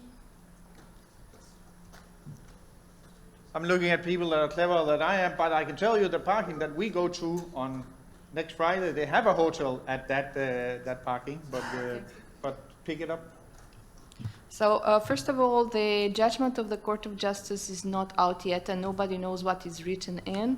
There are rumors that it's there, and it's in translation, but nobody knows anything. So, which is normal for a court to be so secretive. If we look at the Advocate General, which is the closest tip to what could be in the decision, because in most of the cases the Court of Justice follows what the Advocate General recommends. The only thing which is upheld from the complaint is the return of the truck. I don't know, I mean, in the sense that the Advocate General recommends the court to cancel, to annul the provision in the legislation which obliges the truck to return home every 8 weeks. Every other, I don't know if that's what your question on the return of the, not the return of the driver. The return of the driver is something else, it's valid, it stays there. It's just that the truck, if the court upholds what this recommendation is, so if they take over, the truck doesn't have to go back home every 8 weeks. Now, all the other provisions which were contested, the Advocate General recommended the court to reject them. So I don't know how this would affect the situation you mentioned, but I don't see any link between the hotel and the return home of the truck. We chose on environmental grounds because they say that it goes back home and it's against the environment because it goes empty. Okay, thank you. I was thinking that the mobility package who was discussed about the lawyers was the entire laws. No. But if it's just the... No, it's one aspect, one punctual aspect. Okay, yes. Just... yes, please. Barry Lyons from the European Professional Drivers Association. I'm just listening to the conversation here in relation to overnight parking and recharging. I don't know if you're aware, but you can't stay in one of these vehicles when it's being recharged overnight. So it's going to pose a little bit of a problem. I think you will need accommodation if you're going to do a 9-hour recharge. There's two reasons for it. One, the manufacturer doesn't recommend, or doesn't say you shouldn't stay in the vehicle. And the second is the noise when they're recharging. You wouldn't sleep. You wouldn't get a proper rest. So that's on that point. And just while I'm talking there, I suppose, there's one other point. I can't see why industrial zones don't provide adequate parking, safe and secure parking, when they're the people who are creating the need for parking. And they have like enormous areas, but they refuse to let vehicles park overnight. We've a case in Ireland in our largest industrial zone has 6 truck parking spaces in its largest zone. So they haven't, for some reason, the local council, they collect rates, they collect taxes on the properties, but they don't provide parking. You know, and I can't see why these industrial zones are allowed not to provide parking, seeing as they bring the fleets of vehicles in and out. So that's the point. And just one other thing, while I'm here. The 600,000 shortage sounds quite a lot. And you know, when we look at drivers, they're transient career people. So they start off as local drivers, and then they move to national, then international, and then they start to move back to national and local. And in the recent years, the 21st century has brought on this online shopping. So you'll notice, like, your supermarkets have a delivery driver. And if you look at that guy sometimes, a lot of them are the target driver that we were looking for to stay and move into the national and the international haulage, but they're not. The supermarkets are taking them. The Amazons are taking them. So there's a bigger draw on drivers. And for as long as there's a growth in online shopping, there's going to be a greater demand for the type of driver, that heavy goods vehicle driver you're talking about. So there's a bigger problem that's just not seen right now, but it's going to affect us all. So thanks very much for your time. Thank you very much. Well, I think a driver is a driver, so if there's more drivers that has to do local distribution, there's still a lack, and it will impact, of course, the long distance as well. So that's something we have to take into account. The thing about logistics centers and using, let's call it people's depots or companies' depots in order to create secure parkings or there is something that has been discussed and debated for a long time.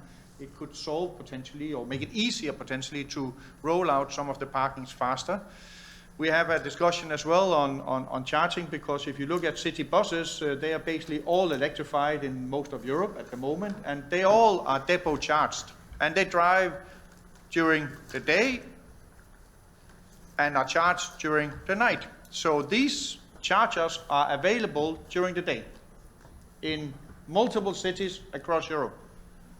So we have tried, for instance, to open these up and say, why don't you open them up for, you know, coaches and trucks and others that could make use of it?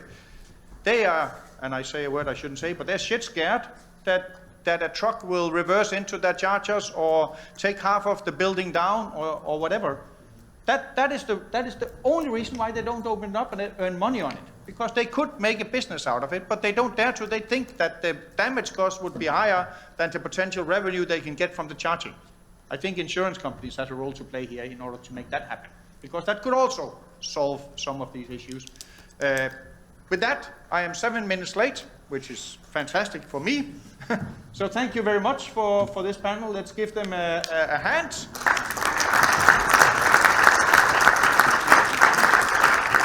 I think thank you very much. You're more than welcome to take a seat, because now we have a next round.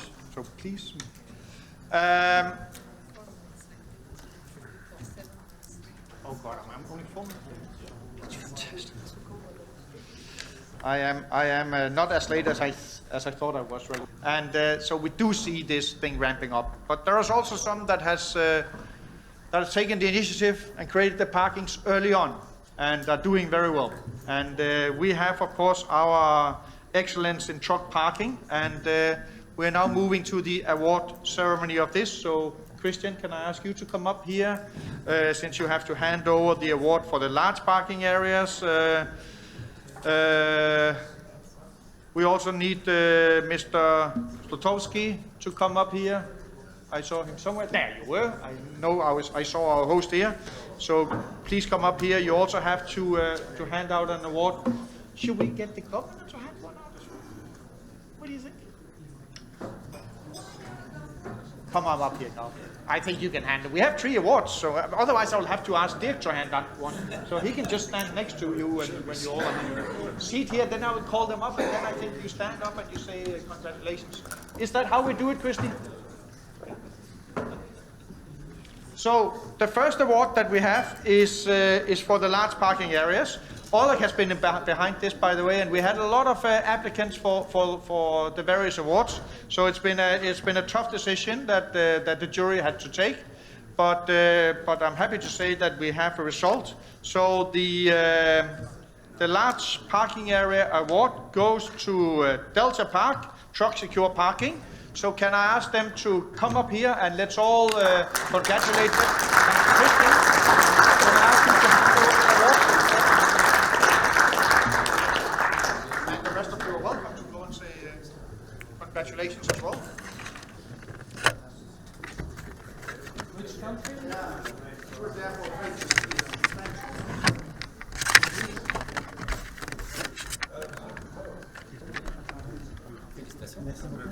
Yeah, thanks a lot.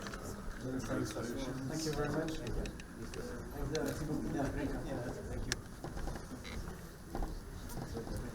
So you have the trophy?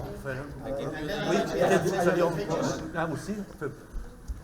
Comme ça, if you go a little bit like this, sorry. Just make noticles. Come on. No, I move. Great. Not so easy. Okay, eyes ready. Here we go. Happy. Two more. Thank you very much. Thank you.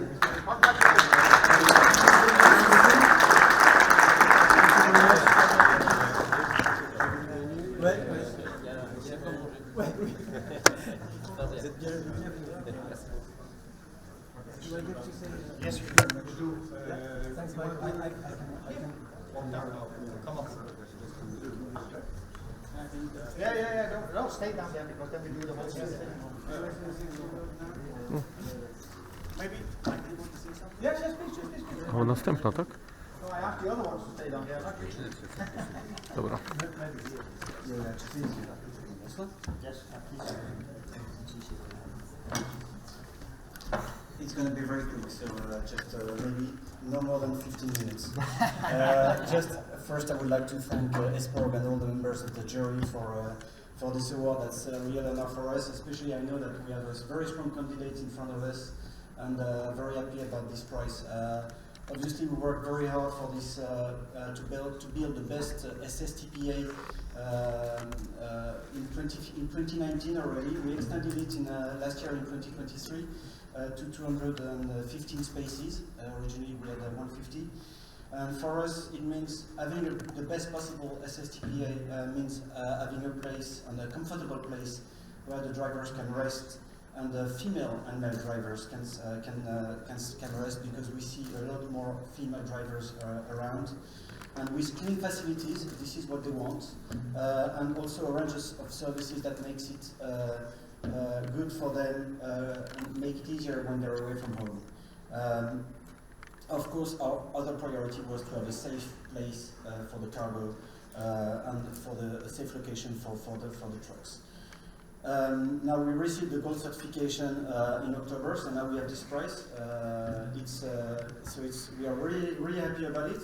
It shows that we are on the right track for the future and the future projects that we have, because we have a lot in our hands.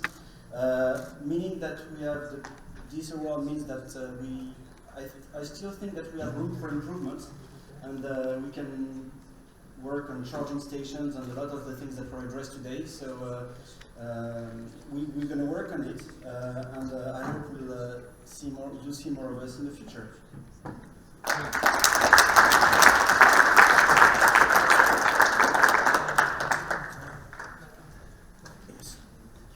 Thank you very much, and well done. You know, it's you really have to win now because the competition will get harder and harder when there are more parking. So it's really well done. Huh? Our co-host, Mr. Stotevsky, will hand over the second award that we have here today, which is for the small parking areas.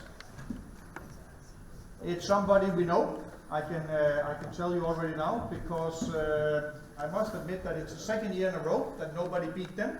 So it's Unturtle from La Jonquera, correctly pronounced, more or less, Christy? Or what do you think?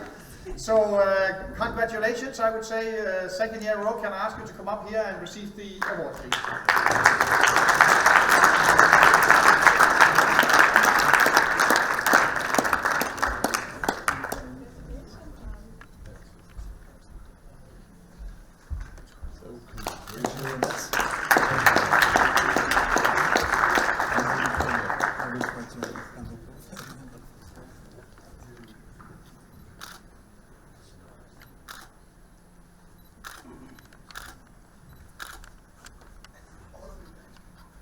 Michael. Michael. You had a wide angle. Okay, please again. Oh, what an angel.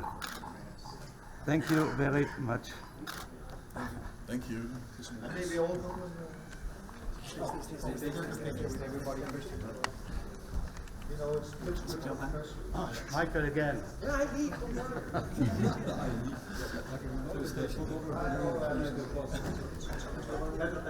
Okay. Please. A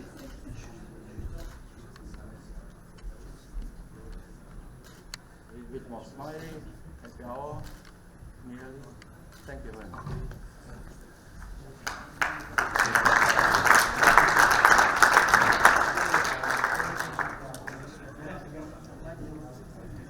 Yes, please. Dartle, to be recipient of the Best Truck Parking Award 2024. This recognition is not just a statement of the efforts of Ontario, but a celebration of the collective commitment to excellence in truck parking. Truck parking facilities play a crucial role in ensuring the efficiency and safety of our transportation networks. At Ontario, we have always strived to set the standard of excellence in truck parking facilities. From state-of-the-art security systems to environmentally sustainable practice, we have made our mission to provide truck drivers with a safe, convenient, and welcoming environment to rest and recharge during the journeys across Europe. But this award is not just a recognition of our achievements. It's also a reminder of the challenges that lie ahead. As we stand on the brink of a new era of transportation marked by technological innovation and environmental sustainability, we must continue to push the boundaries of what is possible in the realm of truck parking facilities. That is why today I stand before you not just as a recipient of the award, but as a partner in the ongoing effort of building a brighter future in the logistics in Europe. Thank you very much.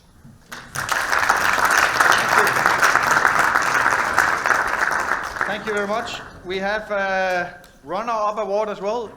You know, you never have an award unless you give one to somebody who can bite the other ones in the heels so they can keep them on their toes. So we have a runner-up award as well. Governor of West Flanders, Carl, you will give out that award. And it will be to Truck Étape Péché. So can I ask them to come up here?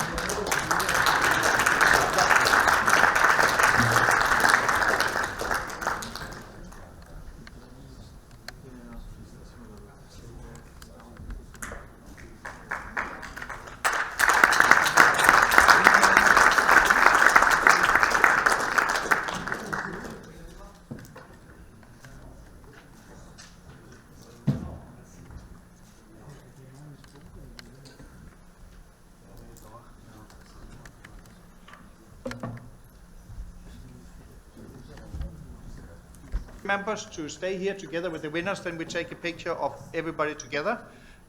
So remember that. Christy, was that what that was it? Good. I also have to invite you all to a networking drink at the Quartier Leopold, just out on the Place Luxembourg. If I'm not wrong, there will be some Belgian beer there, or whatever you drink. Beer, this time they said. With these words, I think, Christy, I'm looking at you. I have everything included, more or less. I look at my left side here as well. Then I would like to thank all of the speakers. Thank you as well to our co-host. Thank you to the European Commission, Christian, and your team. Thank you for being here as well and enlightening us of what is happening and to supporting this journey we're all on. So thank you for that. Thank you to the industry representatives that was on the panel as well, because I think it's important to have these views from left and right, and you can see it evolves every year, and I think we are on the right track. Thank you to the team of ESPCOR for organizing this together with the team of Mr. Sotowski, and thank you for all of you to attend. I think it's been 2 good days that we have had here as ESPCOR members, and thank you also for all of those that are not ESPCOR members to be here. We created a little marriage on something which is always good when you can do that in an event. So with these words, unfortunately I will not come to the drink, so I have to be in a plane. Dirk has something to say? I want also to thank Michael to moderate it very well. So also thank you. That is my pleasure. As long as it's only one time a year, I'll come here. Then it's doable and manageable, so that's fine. So thank you very much, and see you all, if not before, then at least to the next year when we hopefully will do a similar event, and in a few minutes down at the bar Quartier Leopold, where there'll be some drinks served. So thank you once again to all of you. Just